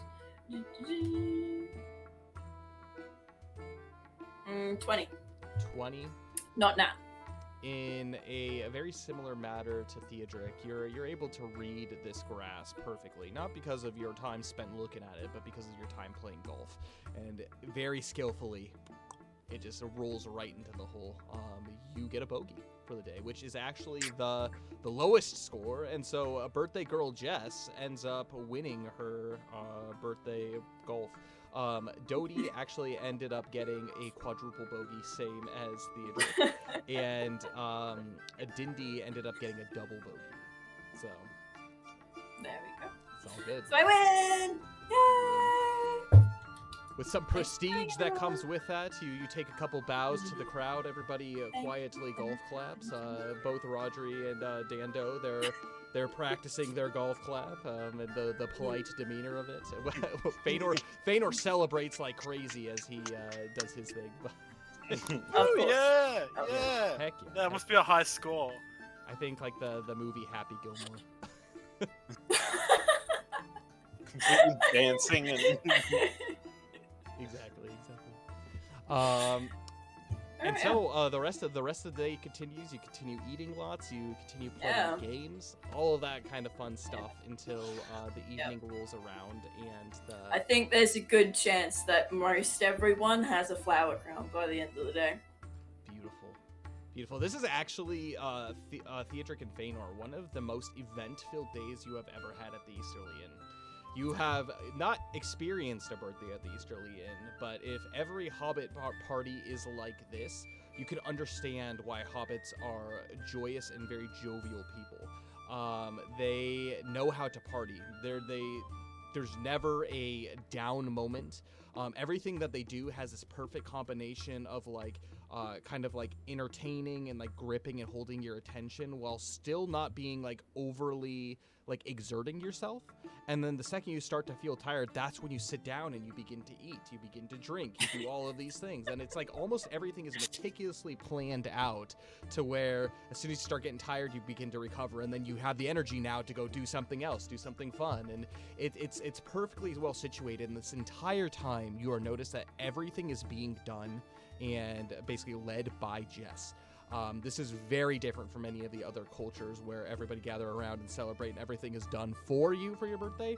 Jess is just priding herself and doing everything for everyone. Literally the most gracious hostess that possibly exists. It's quite fun. I'm gonna actually, as you kind of come to the close of the day, dinner is to be had. What is for dinner, Jess?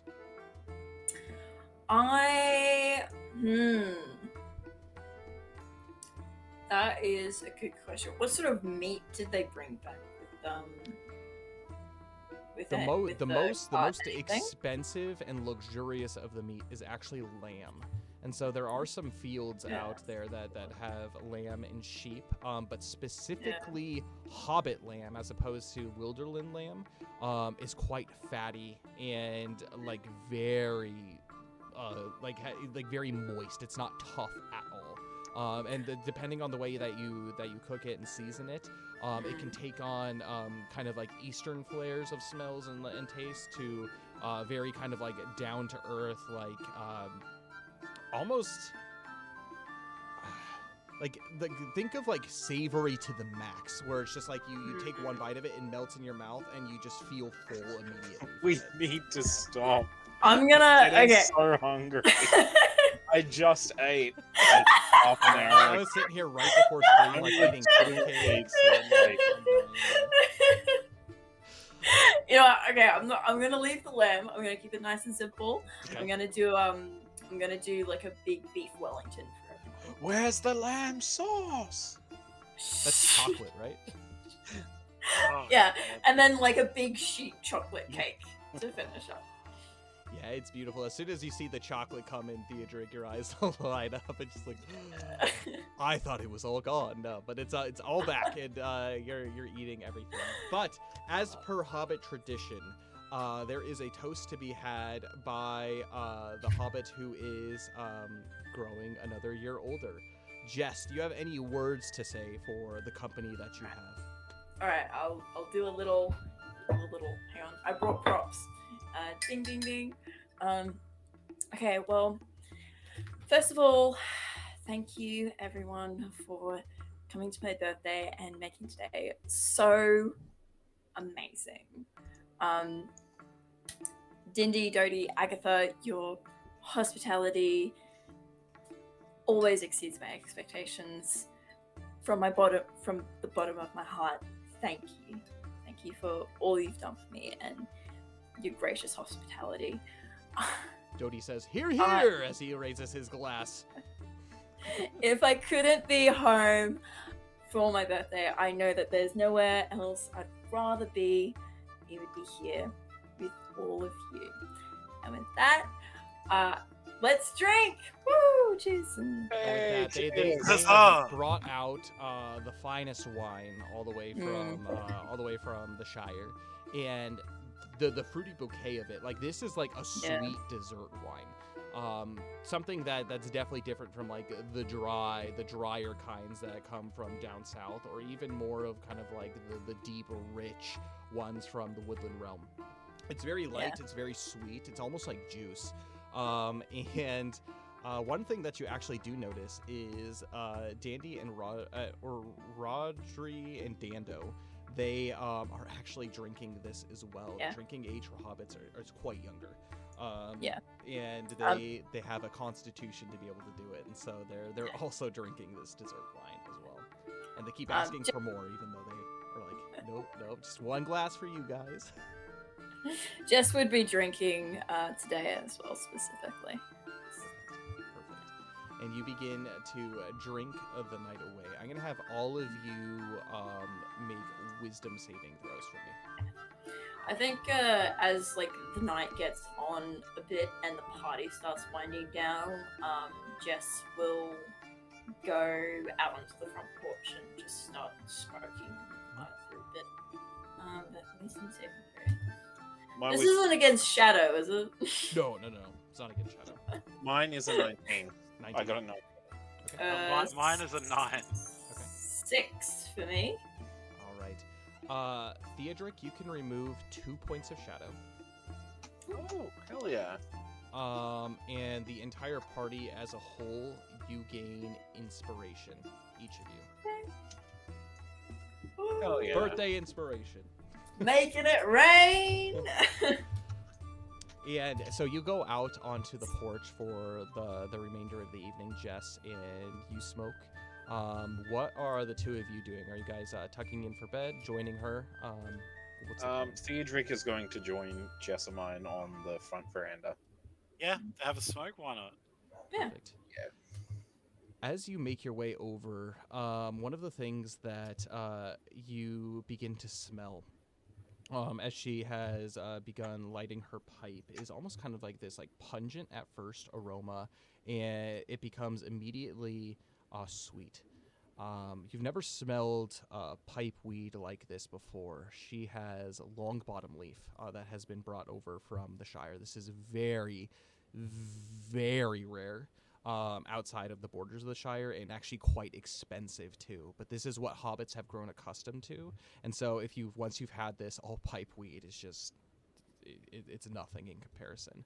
But you begin to you share with each other, and you begin to just kind of chat about the day, about seeing each other, about your adventures. Is there anything that any of you want to talk about?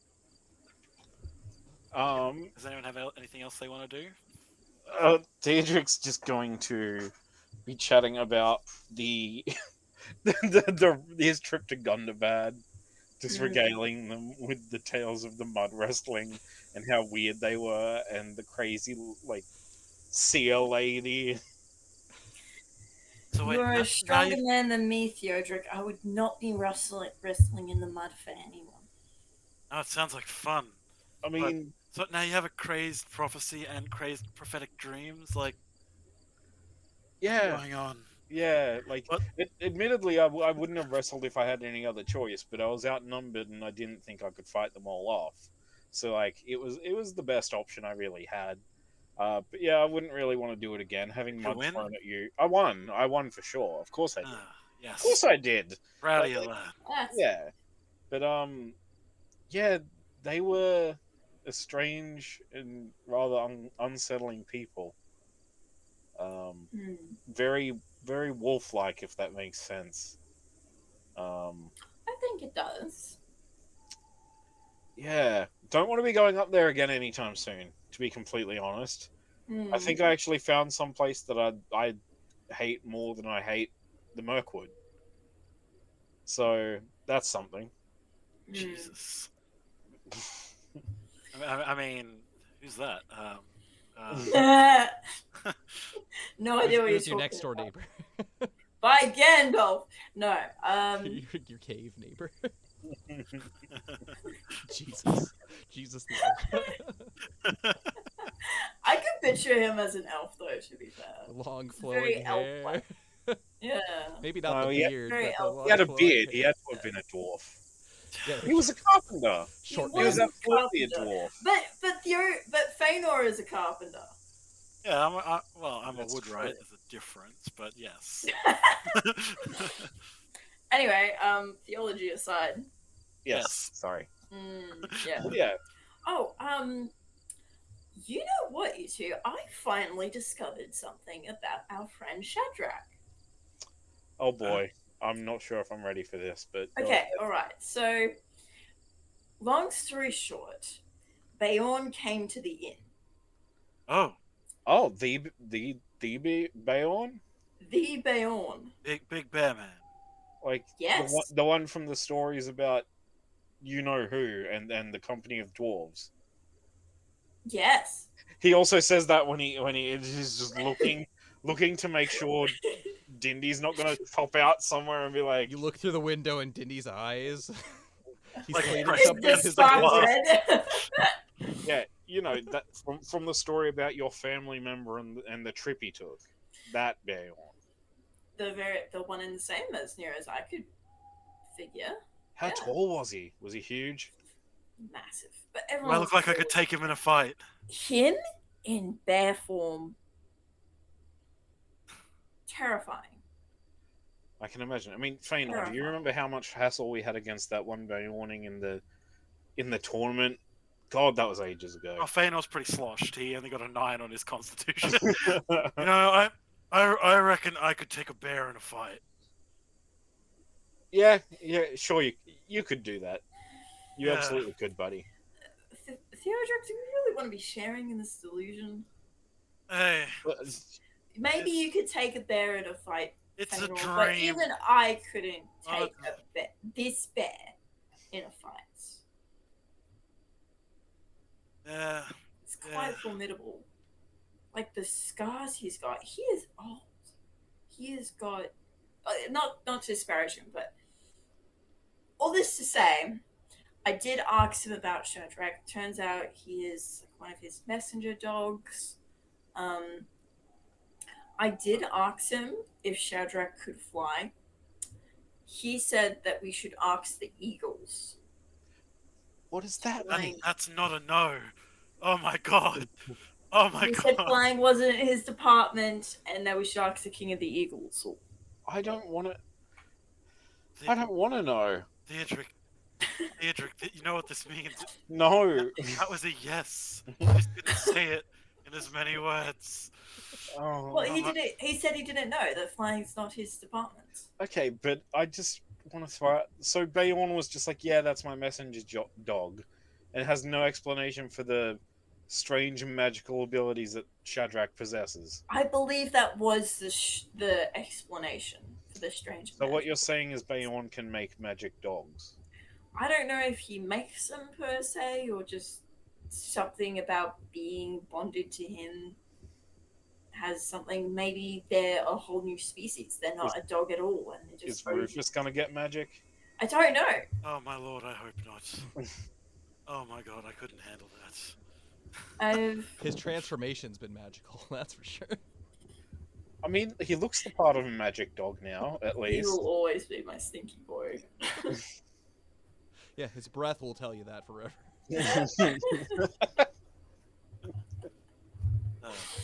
Yeah.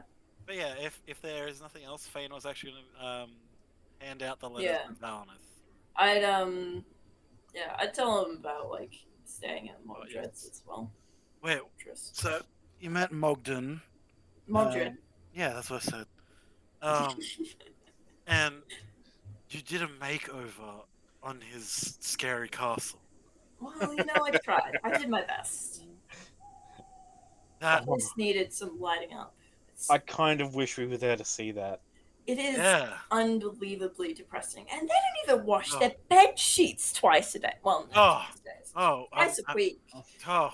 You need to leave some wash them at least once a week. Could you imagine not washing your bedding? And he just kind of stares at Feanor. Feanor looks at him and says, Who would do "Excuse that? me. Hey, whoa. I have the best hygiene. Thank you very much." What are you wearing right now? Cedric wants to very pointedly stare at what you're wearing. I'm probably wearing like a mix of like animal pelts and like really beaten up, patched up clothes. I'm like, hey, these are clean. I dived in a river earlier today looking for rocks. Do I always wash with soap? No. But I always wash. Anyway, moving forward away from that, just was the castle, was it big and scary, or was it just kind of... Very big, very scary. Yes. Huh. And he said that they've been attacked by orcs twice since July. Well, Or that's not good. maybe the last time was July. I think twice since July. And he said that the caravans from Mountain Hall aren't coming through too. So he asked me to go investigate if I was wandering past as a favor to him. Well, if we're in the area, I don't see why we couldn't. Hmm. Stop by and check. Yeah. Yeah. I mean, there's got to be some reason for all of their disagreements. Lord Heartfast doesn't seem the type to go back on his word. And he Oh. was one of the only other people at the meeting who supported Mogdred. Yeah. That's right. As a warrior, Lord Heartfast appreciates having more warriors around to protect Yeah. the mountain folk. Yep. Yeah. Amen to The that. woodmen, sorry, not the mountain folk. It seems that the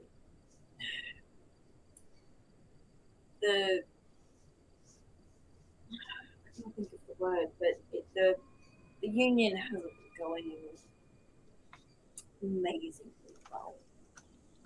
There's going to be bumps in the path to peace. There's a lot of unresolved tension there, I think. Yeah. Yeah, it has. You have. I mean, we have to understand it's got to be a little uncomfortable when you know that a lot of Mogdred's diplomacy is based purely on what he learnt from orcs. Yes. Yeah, But he yeah, doesn't that's... know any other way. Like, Oh, I know I that. could never do what he does because I have been taught to believe that the greatest strength is in kindness, but he just doesn't understand that yet. I am hoping that we can get some good faith going here. I think from what you told us of your time there, I think maybe he's already on that path. Well, I hope so, but he is having a very hard time. Nightmares and so on. Oh, that happens to everyone, but No, I he hope he's doesn't. better soon. What? I mean, after Fëanor, are you okay? Yeah. Yeah, I'm fine. I'm fine. Oh, Theodric, I went and saw Jalen's family. oh, Um, didn't take the news particularly well, but what can you expect? I met Lord Elrond when I was on my way through. Whoa, no, you have no idea. Jess, you were saying like that Bjorn was like impressive. Lord Elrond, oh my, nothing. Now, the Glorfindel's like the only elf there that I've really met as well. Oh, he's one of the most legendary warriors if you don't know who he is. Oh my god. And more or less, Feanor's going to explain that, yeah, his journey with Valineth trying to find Rivendell. Feanor doesn't actually explain how to get there, because he did promise he would keep that a secret. But yeah, telling them of that, and then making his way through to the Brelands, where he met Jalen's family, and more or less just spent his time training with Roderick. And also, he while we're like smoking, conjures the smallest of flames in his palm. Make perception checks, Jess and Theodric. Okay. I got a 12. Natty 1. You cannot, like, as you're sitting there smoking, you I basically, as Feanor is talking, like, all of this like pipe smoke is just like right in your face, Jess, and you're just like turning your head away. You're listening fully, but you're turning your head away as just like puff and just like just right into your face as he's turned to talk to you. Not really aware of that. However, Theodric, you do catch a glimmer of flame that begins to kind of manifest in his hand. How did that happen? What is that? Why you say it in such an accusatory tone? No, Hmm. no. If somebody's taught you no. how to make fire with nothing, no. Hey, whoa. Okay. You already do enough fire. Look, We've this can't light anything alight.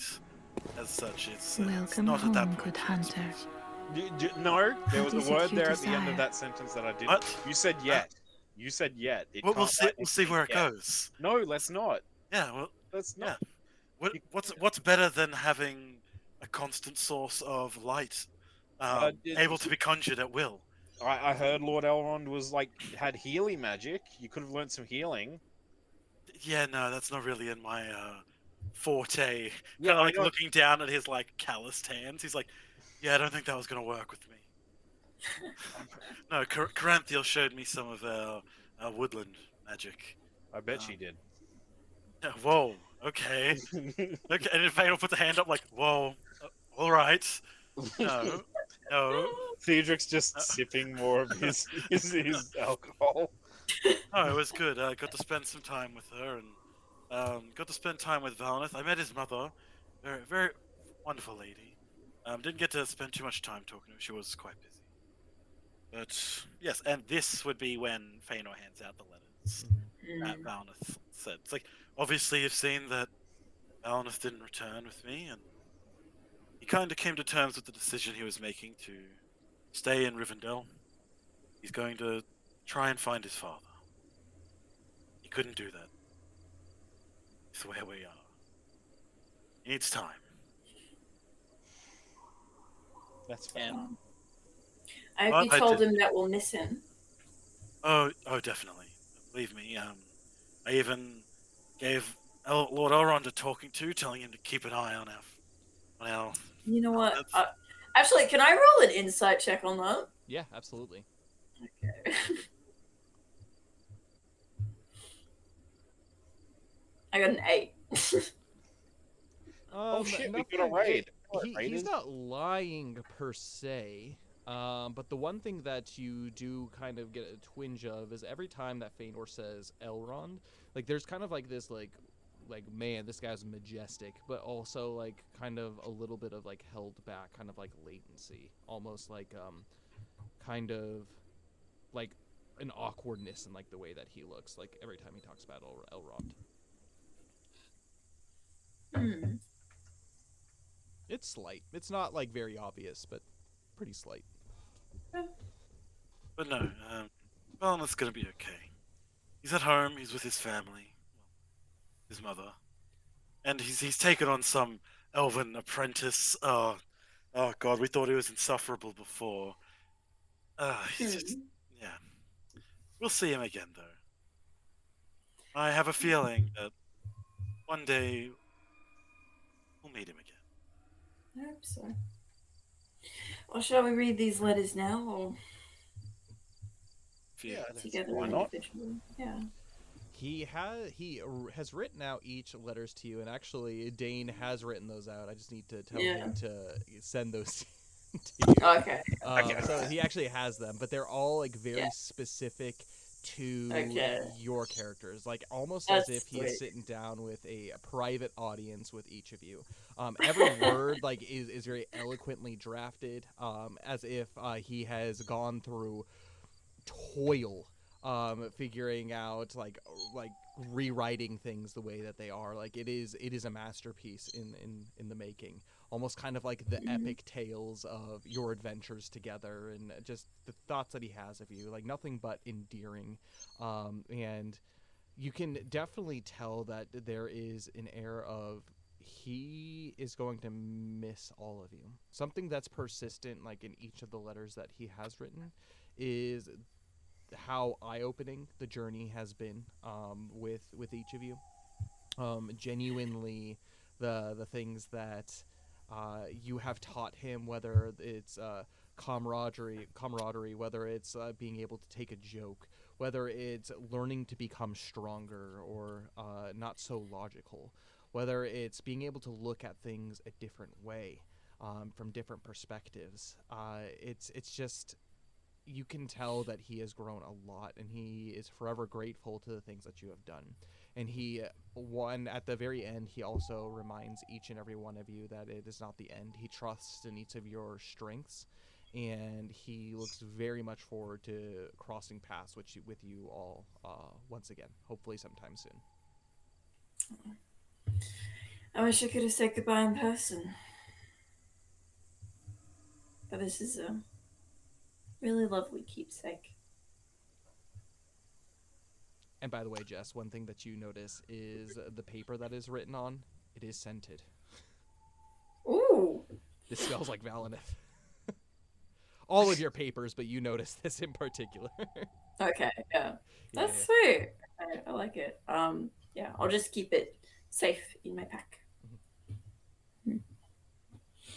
Oh, actually, sorry, this is just a small detail, Kyle.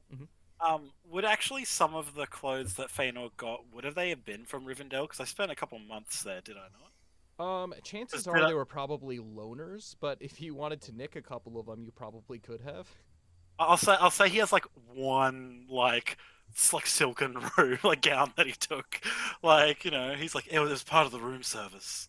It was like, that's just kind of the cost of you know how like fancy hotels have like really soft robes that you can have. This is basically the equivalent. Instead of like a fluffy robe, it's literally like a silk kind of almost like cloak gown that's straight up like a nightshirt. I'll say that Feanor's wearing that with just his traveling pants. He's like, everything and he's tucked in. And he's just like, no, it's a good day. Why do you give people gifts on Hobbit birthdays? It's a celebration of you and of your birth. I don't know. I've been thinking about this, but I think Hobbit culture is a lot more community focused. Could it be that your first birthday was you were the gift to everyone? And so every birthday you give gifts to everyone to remind them of that day? No, I don't know. It's been on my mind for hours.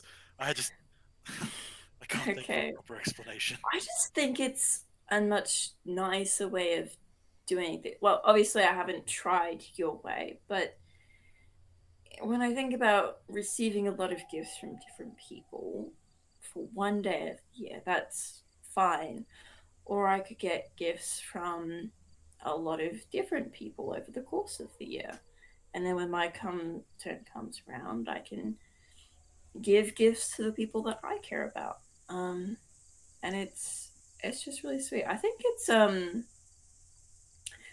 they don't have to be expensive gifts. Like a lot of people just give simple things like pencils or rulers or whatever. But I know that there are a few that get regifted a lot of times. There's this one in particular, a teapot that's going around, that went around the Shire when I left.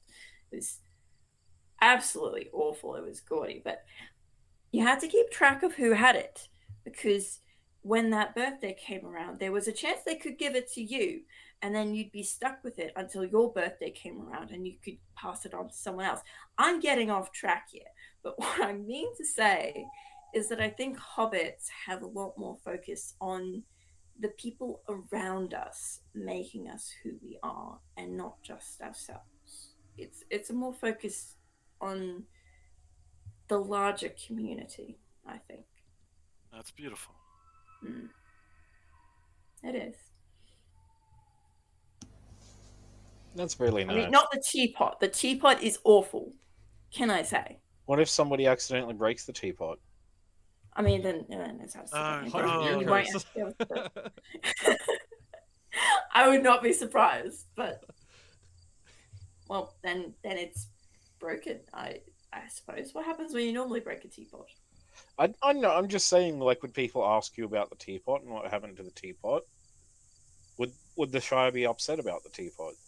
I think it would be gossip for a good 3 to 5 business days. Yeah. Huh. Is that particularly long? As far as gossip goes, not the most juicy piece of gossip. I suppose. I ask We were because talking from growing up in like months. elven courts, gossip can like be from like 50 years ago, and it's still making its making its rounds. Oh no, hobbits. It is a simple life. We have simple pleasures. One of those is making light of our neighbors and getting made fun of in return. It's very much ingrained into the Shire, I think. Oh yeah, That sounds lovely. it is. Sweet life. Well, I'm full of waffles and exhausted from all of our things today. Mm. I might go to bed soon. Jess, Um, I'm Happy gonna have birthday, you make a Jessamine. perception check for me as Theodric is saying this. Okay. Do. 10. 10.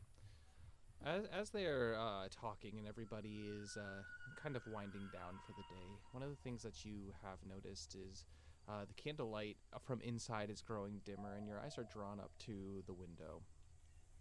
You see that there is only one person that is still up with inside, and it is Agatha, and she is waiting. She's watching. She's standing a good distance back, as if not to intrude or hear anything that you're saying. But as you lock eyes, her eyes look at yours. I'm gonna have you make an insight check for me, Jess. Okay. Should I be concerned? Here we go. 12. Her eyes aren't veiled in a lot of mystery. She's essentially like waiting for you to be like, is it okay to like for her to come out and join you? Yeah. You begin Theodric. You begin to kind of stand up, but as you do so, the door opens and Agatha comes out and she says, "Good evening to you all. It was a fun day, wasn't it?" Oh, it was. It was good. Yeah. Yeah. Thank you again, Agatha. Thank you. You put everything together. It was all so well thought out, and we all had a wonderful time. It hasn't been, well, the same since Dindy's come back. He is riddled with nightmares, and I think oftentimes it does scare the boys, but having the lot of you here brings a bit of extra familiarity, I think. Mhm. She looks at each of you, and she has kind of like this kind of like satchel that's like hanging from the side of her, basically off of the side. And she digs through. She's like, "Oh, before I forget," and she digs in, and she pulls out something. She's like, "Jess, would you hold out your hand for me, please?" Okay, I do so. She places something very small and quite tiny into your hand, and she says, "I know a tradition is in Hobbit society that you give gifts on your birthday. And the gift of you being here has been more than enough." And you can see that she's very proudly wearing her necklace as well.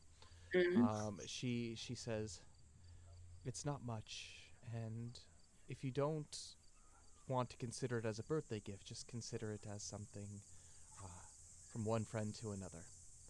A thank you for helping my family through this tough time with Dindy, and for just taking care of us, and to you too as well. You have been a joy to the Easterly Inn, and we look forward every day to being able to see your bright and shining faces. But this," and she gestures down to the seed. I'm going to actually, Jess, have you make a nature check for me. Okay, perfect. Where's nature intelligence? 5. 5. You're unfamiliar with this. You're familiar with grown plants, but as far as seeds go and what they turn into, you don't really have an idea. She says to you, "I know your confusion. You had mentioned earlier today that being here made you feel home.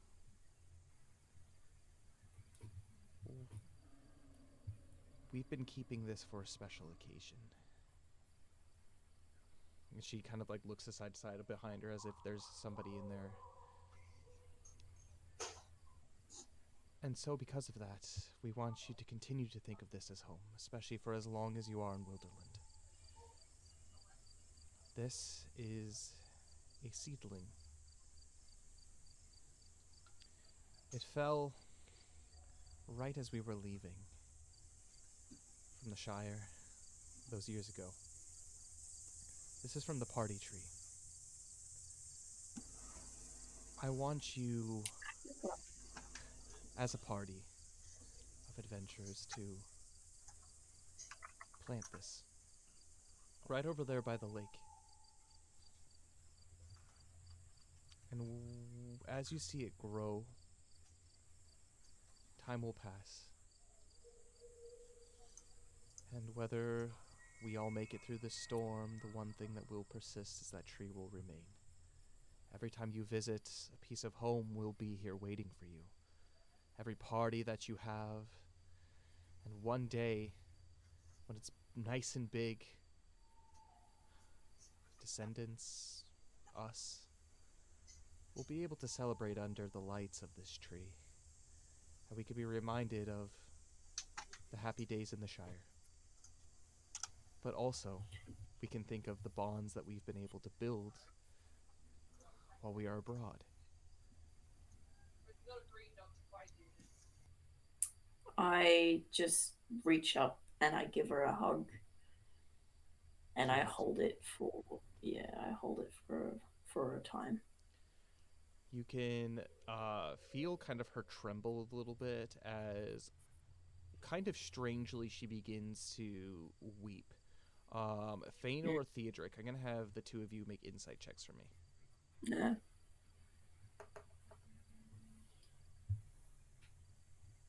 I got a 15. The alcohol's finally hit Theodric. He got a 5. Feanor, as she holds, you can see her trembling, you can see her crying. Her face, though, doesn't look happy. She looks pained.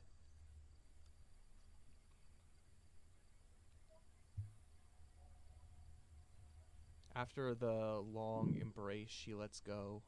At this point, she's kind of sucked back her tears and has taken a step back, and she holds you kind of at arm's length, and eventually, slowly, she puts her hands down to her side, and she looks to each of you, and she says, "Those couple years ago when I left the Shire, I left so with my husband and my kids, my brother-in-law. We set out on a grand adventure. For us hobbits, this is something beyond even what we could ever ask for, and we have found peace here. I look upon each of you. I see the adventures that you have gone on, or at least you've returned here after your adventures, and I'm just so grateful that you can call the Easterly Inn home." And she lets out like a sigh, kind of like a shaky sigh.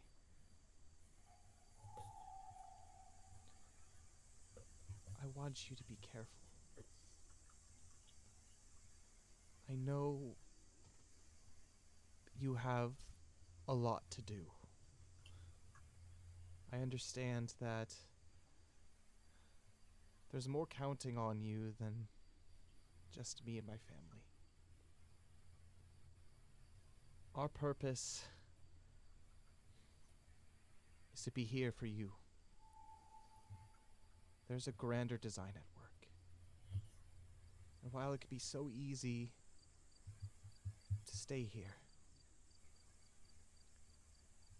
and just soak in every day together, a simple life, a life that we know, Jess, from the Shire,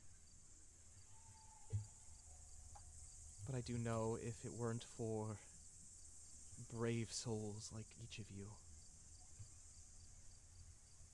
this life we live here would not be possible. There's a darkness in this world, and it's always trying to get at the hearts of the innocent. I don't know what keeps the shadows back in the Shire. Almost as if some protector is out there. Here in Wilderland, we have Beorn, but outside of that, we don't have the same protection. But knowing just the three of you are out there, turning back evil, fighting for the innocent, it makes me able to finally envision a future for Dando and Rodri. Them growing old, maybe moving back to the Shire, getting married one day, taking over the Easterly Inn with their wives. Who knows, Shadrach might even live well beyond the normal years and he'll be in the family for years to come. Who knows, but it is because of you and what you do we can have a future out here. And our job is to serve you. The wearies of the road are enough to break somebody, but if you can find respite here, we have done our job. So thank you, all of you. She wipes the tear from her eye. Thank you, Agatha. It means so much to me that you have welcomed us like this. This really is the Shire away from the Shire. And with this, and she like clutches the seed, it's just one more piece of home. Thank you. Thank you. All of you. I'm sorry to be emotional like this. You must understand, it's been a long day, a great day. But I just want you to all know that you're appreciated. The things that you do, the sacrifices you make, it affects our family quite a bit. And while I would love for you each to stay forever, I know you have duties beyond our simple little homestead, our inn in the wilderness. And when the time comes that you do leave, know that we are here rooting for you. And that come the end of whatever adventure you may experience, Dodie will always look forward to the tales that you have. Who knows, one day your name will be on his lips just as much, if not more, than Bilbo Baggins. That would be the greatest honor that anyone could have. Yep. Indeed. So one day maybe have one of our eating utensils beside Bilbo Baggins's. Oh, whoa. I don't think we're ever going to get quite that. She laughs. To be fair, it's not just that it's Bilbo Baggins' eating spoon. It's the fact that it came from Bag End. Those spoons are much to be prized, although I know you two can't really appreciate it. It is Hobbit quite a thing. gift. It's and she looks at Please both don't Friedrich tell and my Thor. mother. She would kill me if she knew that I had given any of those away. Like, at least we know that Dindy's not going to be gifting it away to someone anytime soon. That's No, true. don't It is you not a worry. teapot. And she It's brings true. she brings up and she like looks to you, Jess. It is not a teapot, as if you're understanding. Yeah, I nod.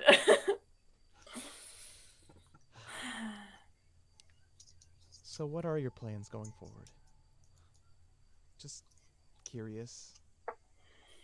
Well, we have to plant this seed. I suppose that'll be number one. But I suppose after that, see where the road takes us. Theodric, maybe we'll try and figure out your prophetic dreams, stop them from happening. Maybe Maybe. I uh, we'll talk about it later. And he kind of gives the side eye to Agatha. He's like, "There's some stuff that the crazy seal lady said that isn't nice and doesn't sound promising, and I don't really, Oh. don't want to worry people with what she said. Oh, no. We don't give But- any thought to the bad vibes.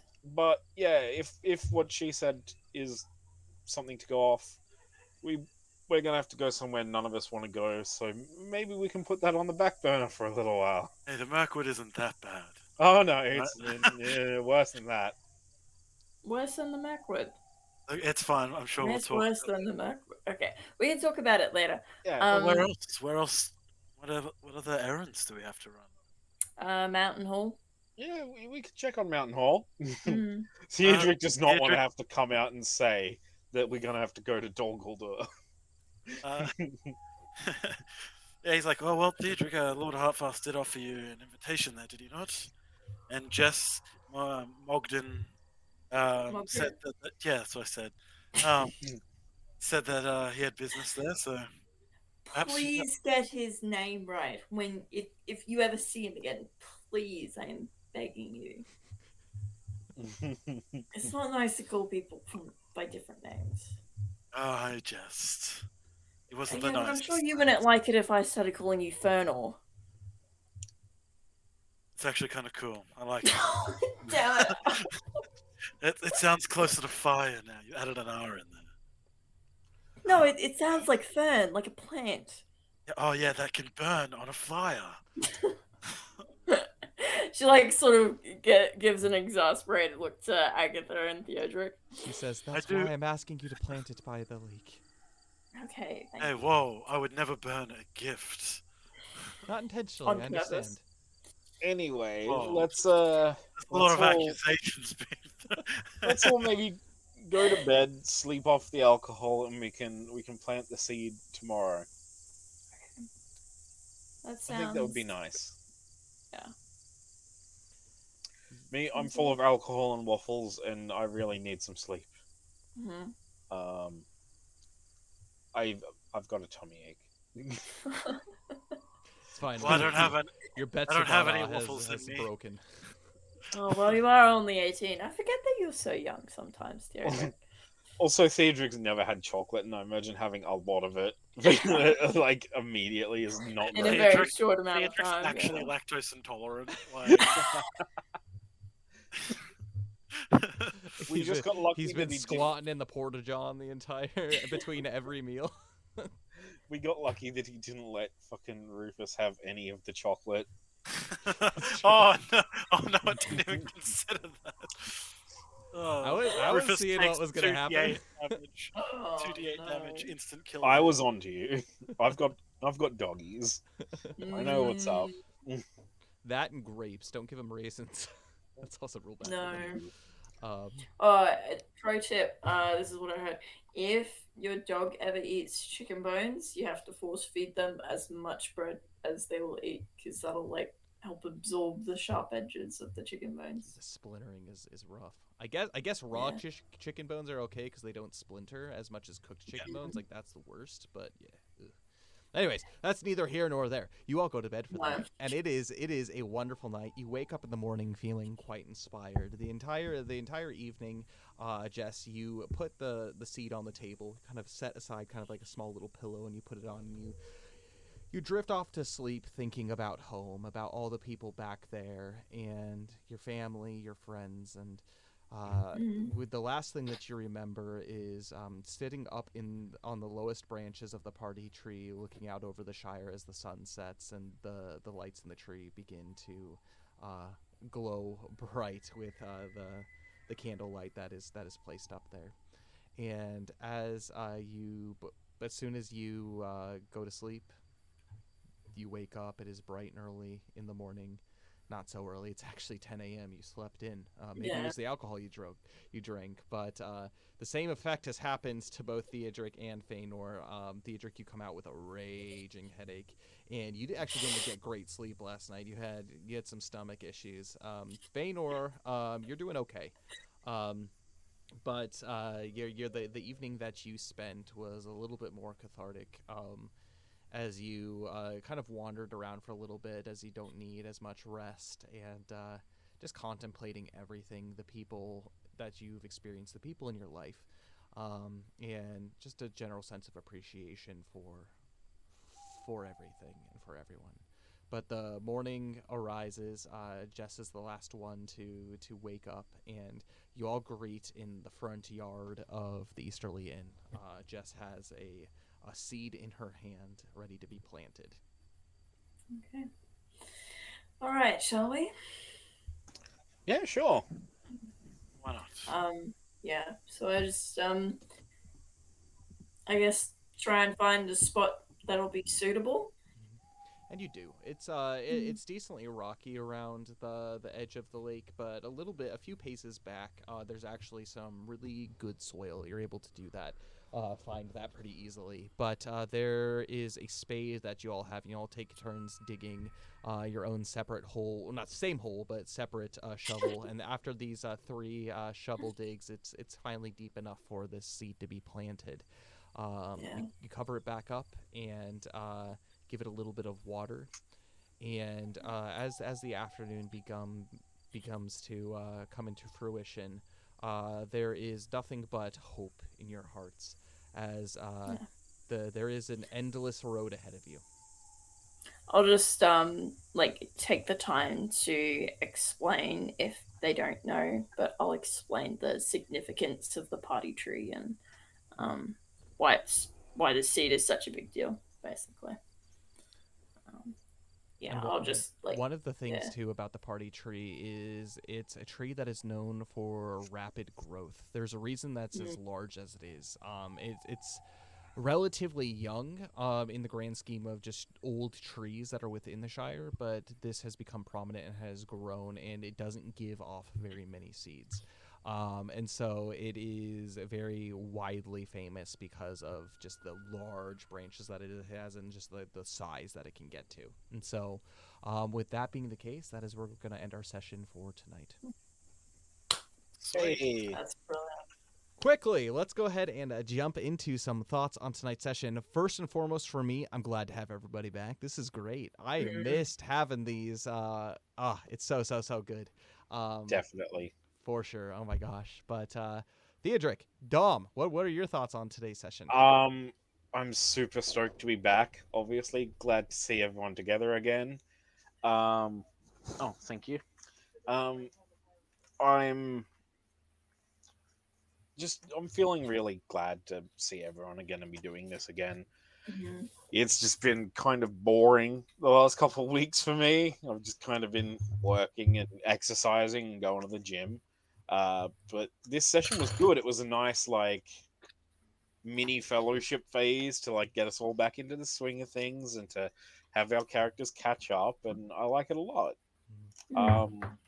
Looking forward to seeing what we're gonna do and where we're gonna go, if we're gonna follow the Mogrid side quest or not. And it's been good. It was a good session. Absolutely. Nice. What about you, Jess? Oh, I had an absolute ball, non-stop fun from start to finish. A little bit of seriousness with the Modric stuff at the start. But then just getting to the birthday party and everything was phenomenal. I love seeing specifically, I've mentioned this before, but specifically seeing Feanor and Theodric interact with each other again. I've missed it. I've missed it so much. Sorry, I just punched you square in They the just- face. I just feel like Feanor would be like, yeah, I've been amongst soldiers my whole life. This is what happens on your birthday. Is it? A pinch and a punch for the first of the month. Yeah, birthday punches. Yeah. Australia I mean, sounds my violent. birthday is on the 1st of April, so both would apply.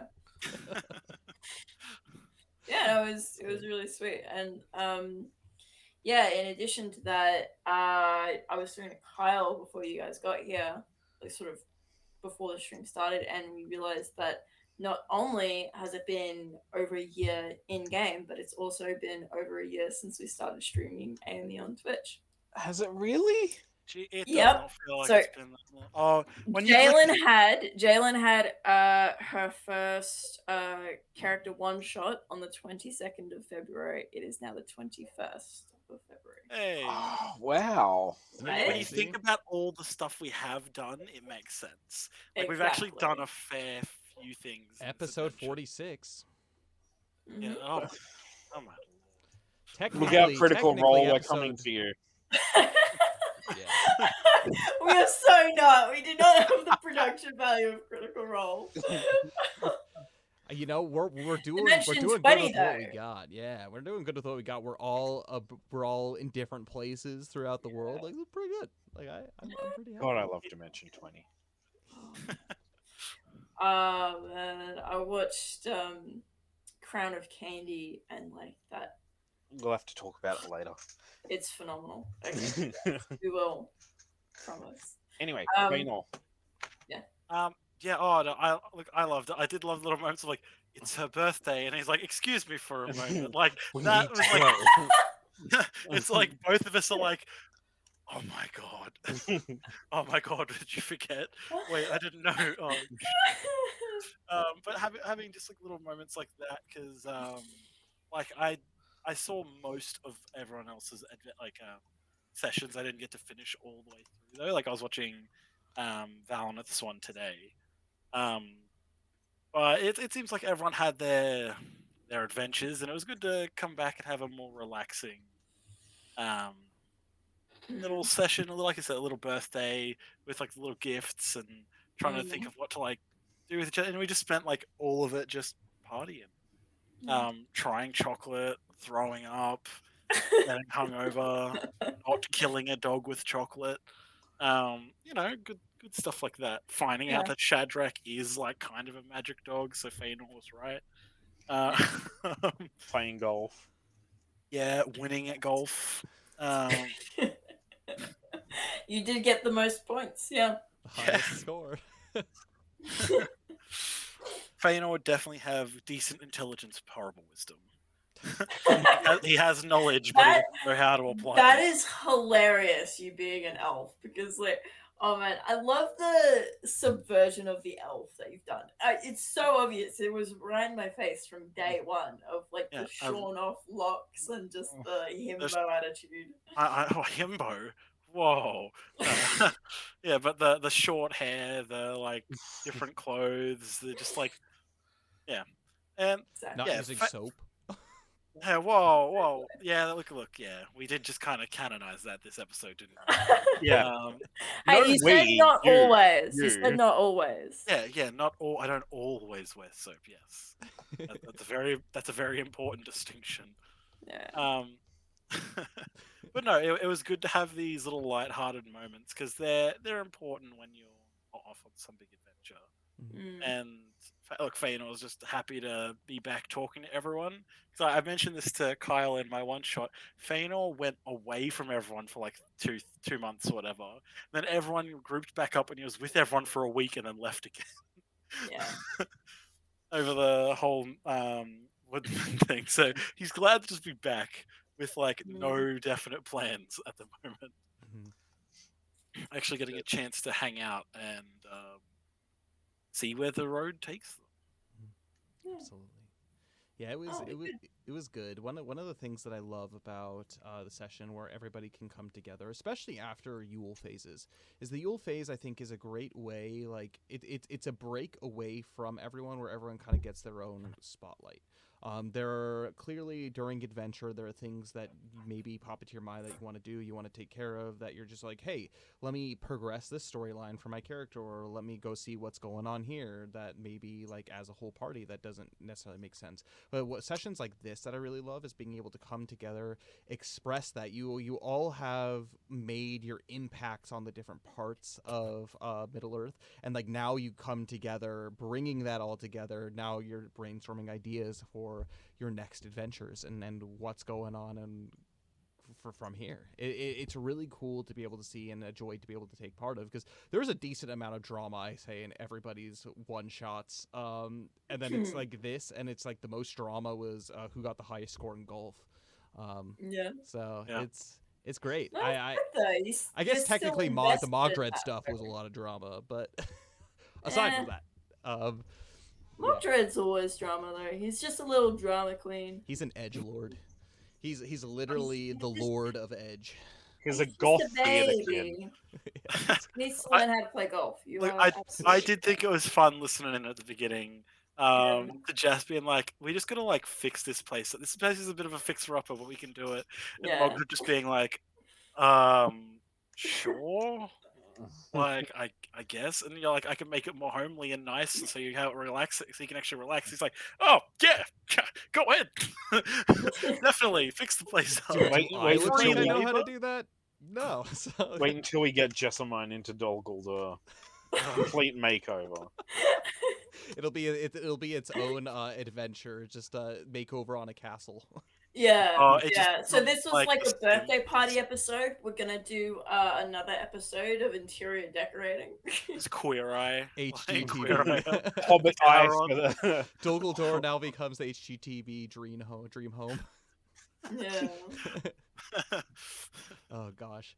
No, yeah, it's very fun. This was a great time, and I'm glad we could all get together and enjoy a little bit of some AME. I'm gonna try everything that I can to try to end these by 11, so you guys can sleep.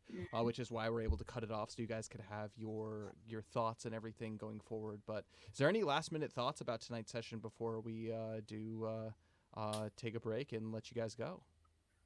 All I can say is I'm looking forward to reading Valneth's letter Yeah. Yeah. Same. when we Yeah, finally same. get those sent. Yes, that'll be very interesting. I don't wasn't have the sure- encyclopedia for you guys, but I do have the personal Aw. letters. So. Or at least I wa- I know that they exist. So no encyclopedias. I wasn't sure if those were already going to be written or not, if that came about from what Feanor said to Valneth. So if it came around from that, I am glad that I mentioned something, because it's just like those little moments. I'm not sure if he's watched my one shot, but him being like, you can't just disappear and not say goodbye. That's gonna like hurt them a lot. Like, and he's like, yeah, no, you're right, 100%, definitely. And I'm like, yeah, you gotta write letters. He's like, oh yes. And apparently he wrote whole like anthologies, like you know, like a volume, like Taking it seriously. yeah. Yeah. If I there's, wrote a if there's any 3,000 one page of us novel who's for each known of you. for waffling on, it's definitely Valena. Huzzah to that. Huzzah! Huzzah. And it's good. I don't know if you guys have watched the Valneth one shot too, but one of the other characters was introduced, Calefir. He is a man from Dol Amroth. He is the captain of the Silver Swan Court. So he'll be in there for the other campaign, and another character is actually going to be introduced next week, which is a good segue into next week is not the Adventures of Middle Earth, a Wilderland adventure campaign. We're moving back over to Eriador, and it's going to be a kind of the last one shot of like new characters introduced for now, and then we're going to be doing alternating weeks starting basically from this week. And so speaking of that, next Wednesday it'll be actually a morning stream for Adventures of Middle Earth for us here on the east side of the world, and evening for those on the west. But we're going to be continuing with another one shot. The character is going to be played by Cole. You guys might be familiar with him. My younger brother. So he's Yeah. going to be doing that and creating his character and figuring everything out that way. And then, the campaigns, the one thing that's really cool about the two campaigns is they're very interlinked. It might not seem like it from the outside, but like I've tied them together in certain ways where, fortunately, before Adventures in Middle-earth officially closed down for good and they moved on from it, they had a bunch of stuff that they made in Eriador and a bunch of stuff that they made in Wilderland. Not really anything down south, but they have some stuff in like Rohan and that kind of stuff. But the campaigns, everything that's going to be happening is taking place like simultaneously, and so we'll see what's happening in Wilderland with all of you guys and Mirkwood and everything on that side of the Misty Mountains, and then everything that's going to be happening in kind of like the east.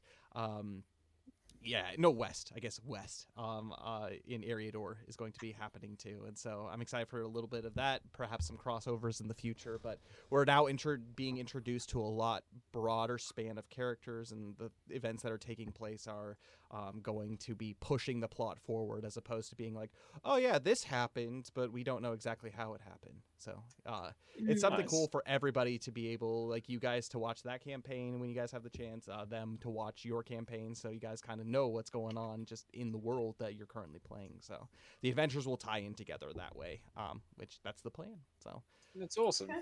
very Sounds cool. Also, so we have a number of streams. If you guys are curious, we have a bunch of stuff coming up for the remainder of this week, starting from on Wednesday, I guess in the West.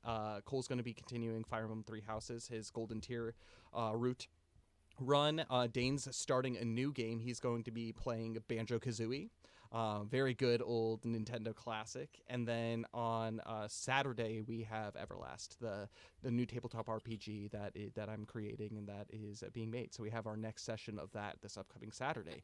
We got lots of things to do, all kinds of stuff. And again, Adventures in Middle-earth will be in the morning at 9 a.m. JST for all of you guys to be able to enjoy, and it'll eventually be up on YouTube for you guys to be able to see that then too. We do have a sponsor here, Dai Snacky. They're a Japanese sweets and luxury treats company. They have all kinds of delicious Japanese boxes, from popular Japanese snacks in their omakase box to more traditional sweets in their omakase looks box, all the way to character snacks in their character boxes. And I actually checked today. They put up new boxes. It is Sakura season, so they have their Sakura season box and their Matcha season boxes have come out too. So if you guys are looking for something a little bit different and something a little bit more seasonal, you can check them out there. Anything that you purchase from them, say that Fantasy Forge sent you. It helps us out as well as them, which is a family business run in Tokyo, Japan. And if you say your Twitch name, you will get raffle tickets towards our next Omakase box giveaway, which the first one happened, and I believe it went to Karo. So Karo's one of the individuals who have been on the channel for quite some time, like most of everybody here. And Karo won it. I think the last box that was given away, there was quite a bit of drama around it, wasn't there? Like there's like people that were like coming in and trying to like make like a bunch of like accounts to try to get the Omakase box. Yes. I don't think Yes. that happened for the latest one, so that's good. So I to was someone who's part of I the was a community. fresh mod and I banned 18 people that day Wow. Wow. because they kept using the exact same words and syntax, and it was like, yeah, you're the same person. I saw a Seriously? waterfall Yep. pop in for a hot second. I think he was part of that, helping figure that out too. But Yeah. crazy. But it did go to someone that was that is an active part of the community, so that's good. And so hopefully the next time we have our next Omakase box, that could be the exact same. So go support them. They're amazing, and their snacks are always good. They don't disappoint. But that'll be it for today. Any last minute thoughts before we leave it at that? Oh, glad to be back, buddy. Glad to be super Yes, back. It's awesome to be with you all. Yeah, Awesome. this is great. I love this. I love it too. I love it too. And we're in this adventure together. And with that, may the road go ever onward and onward. And I will see you all next week. This group will see you guys all in 2 weeks. Bye, everybody. See you, everyone.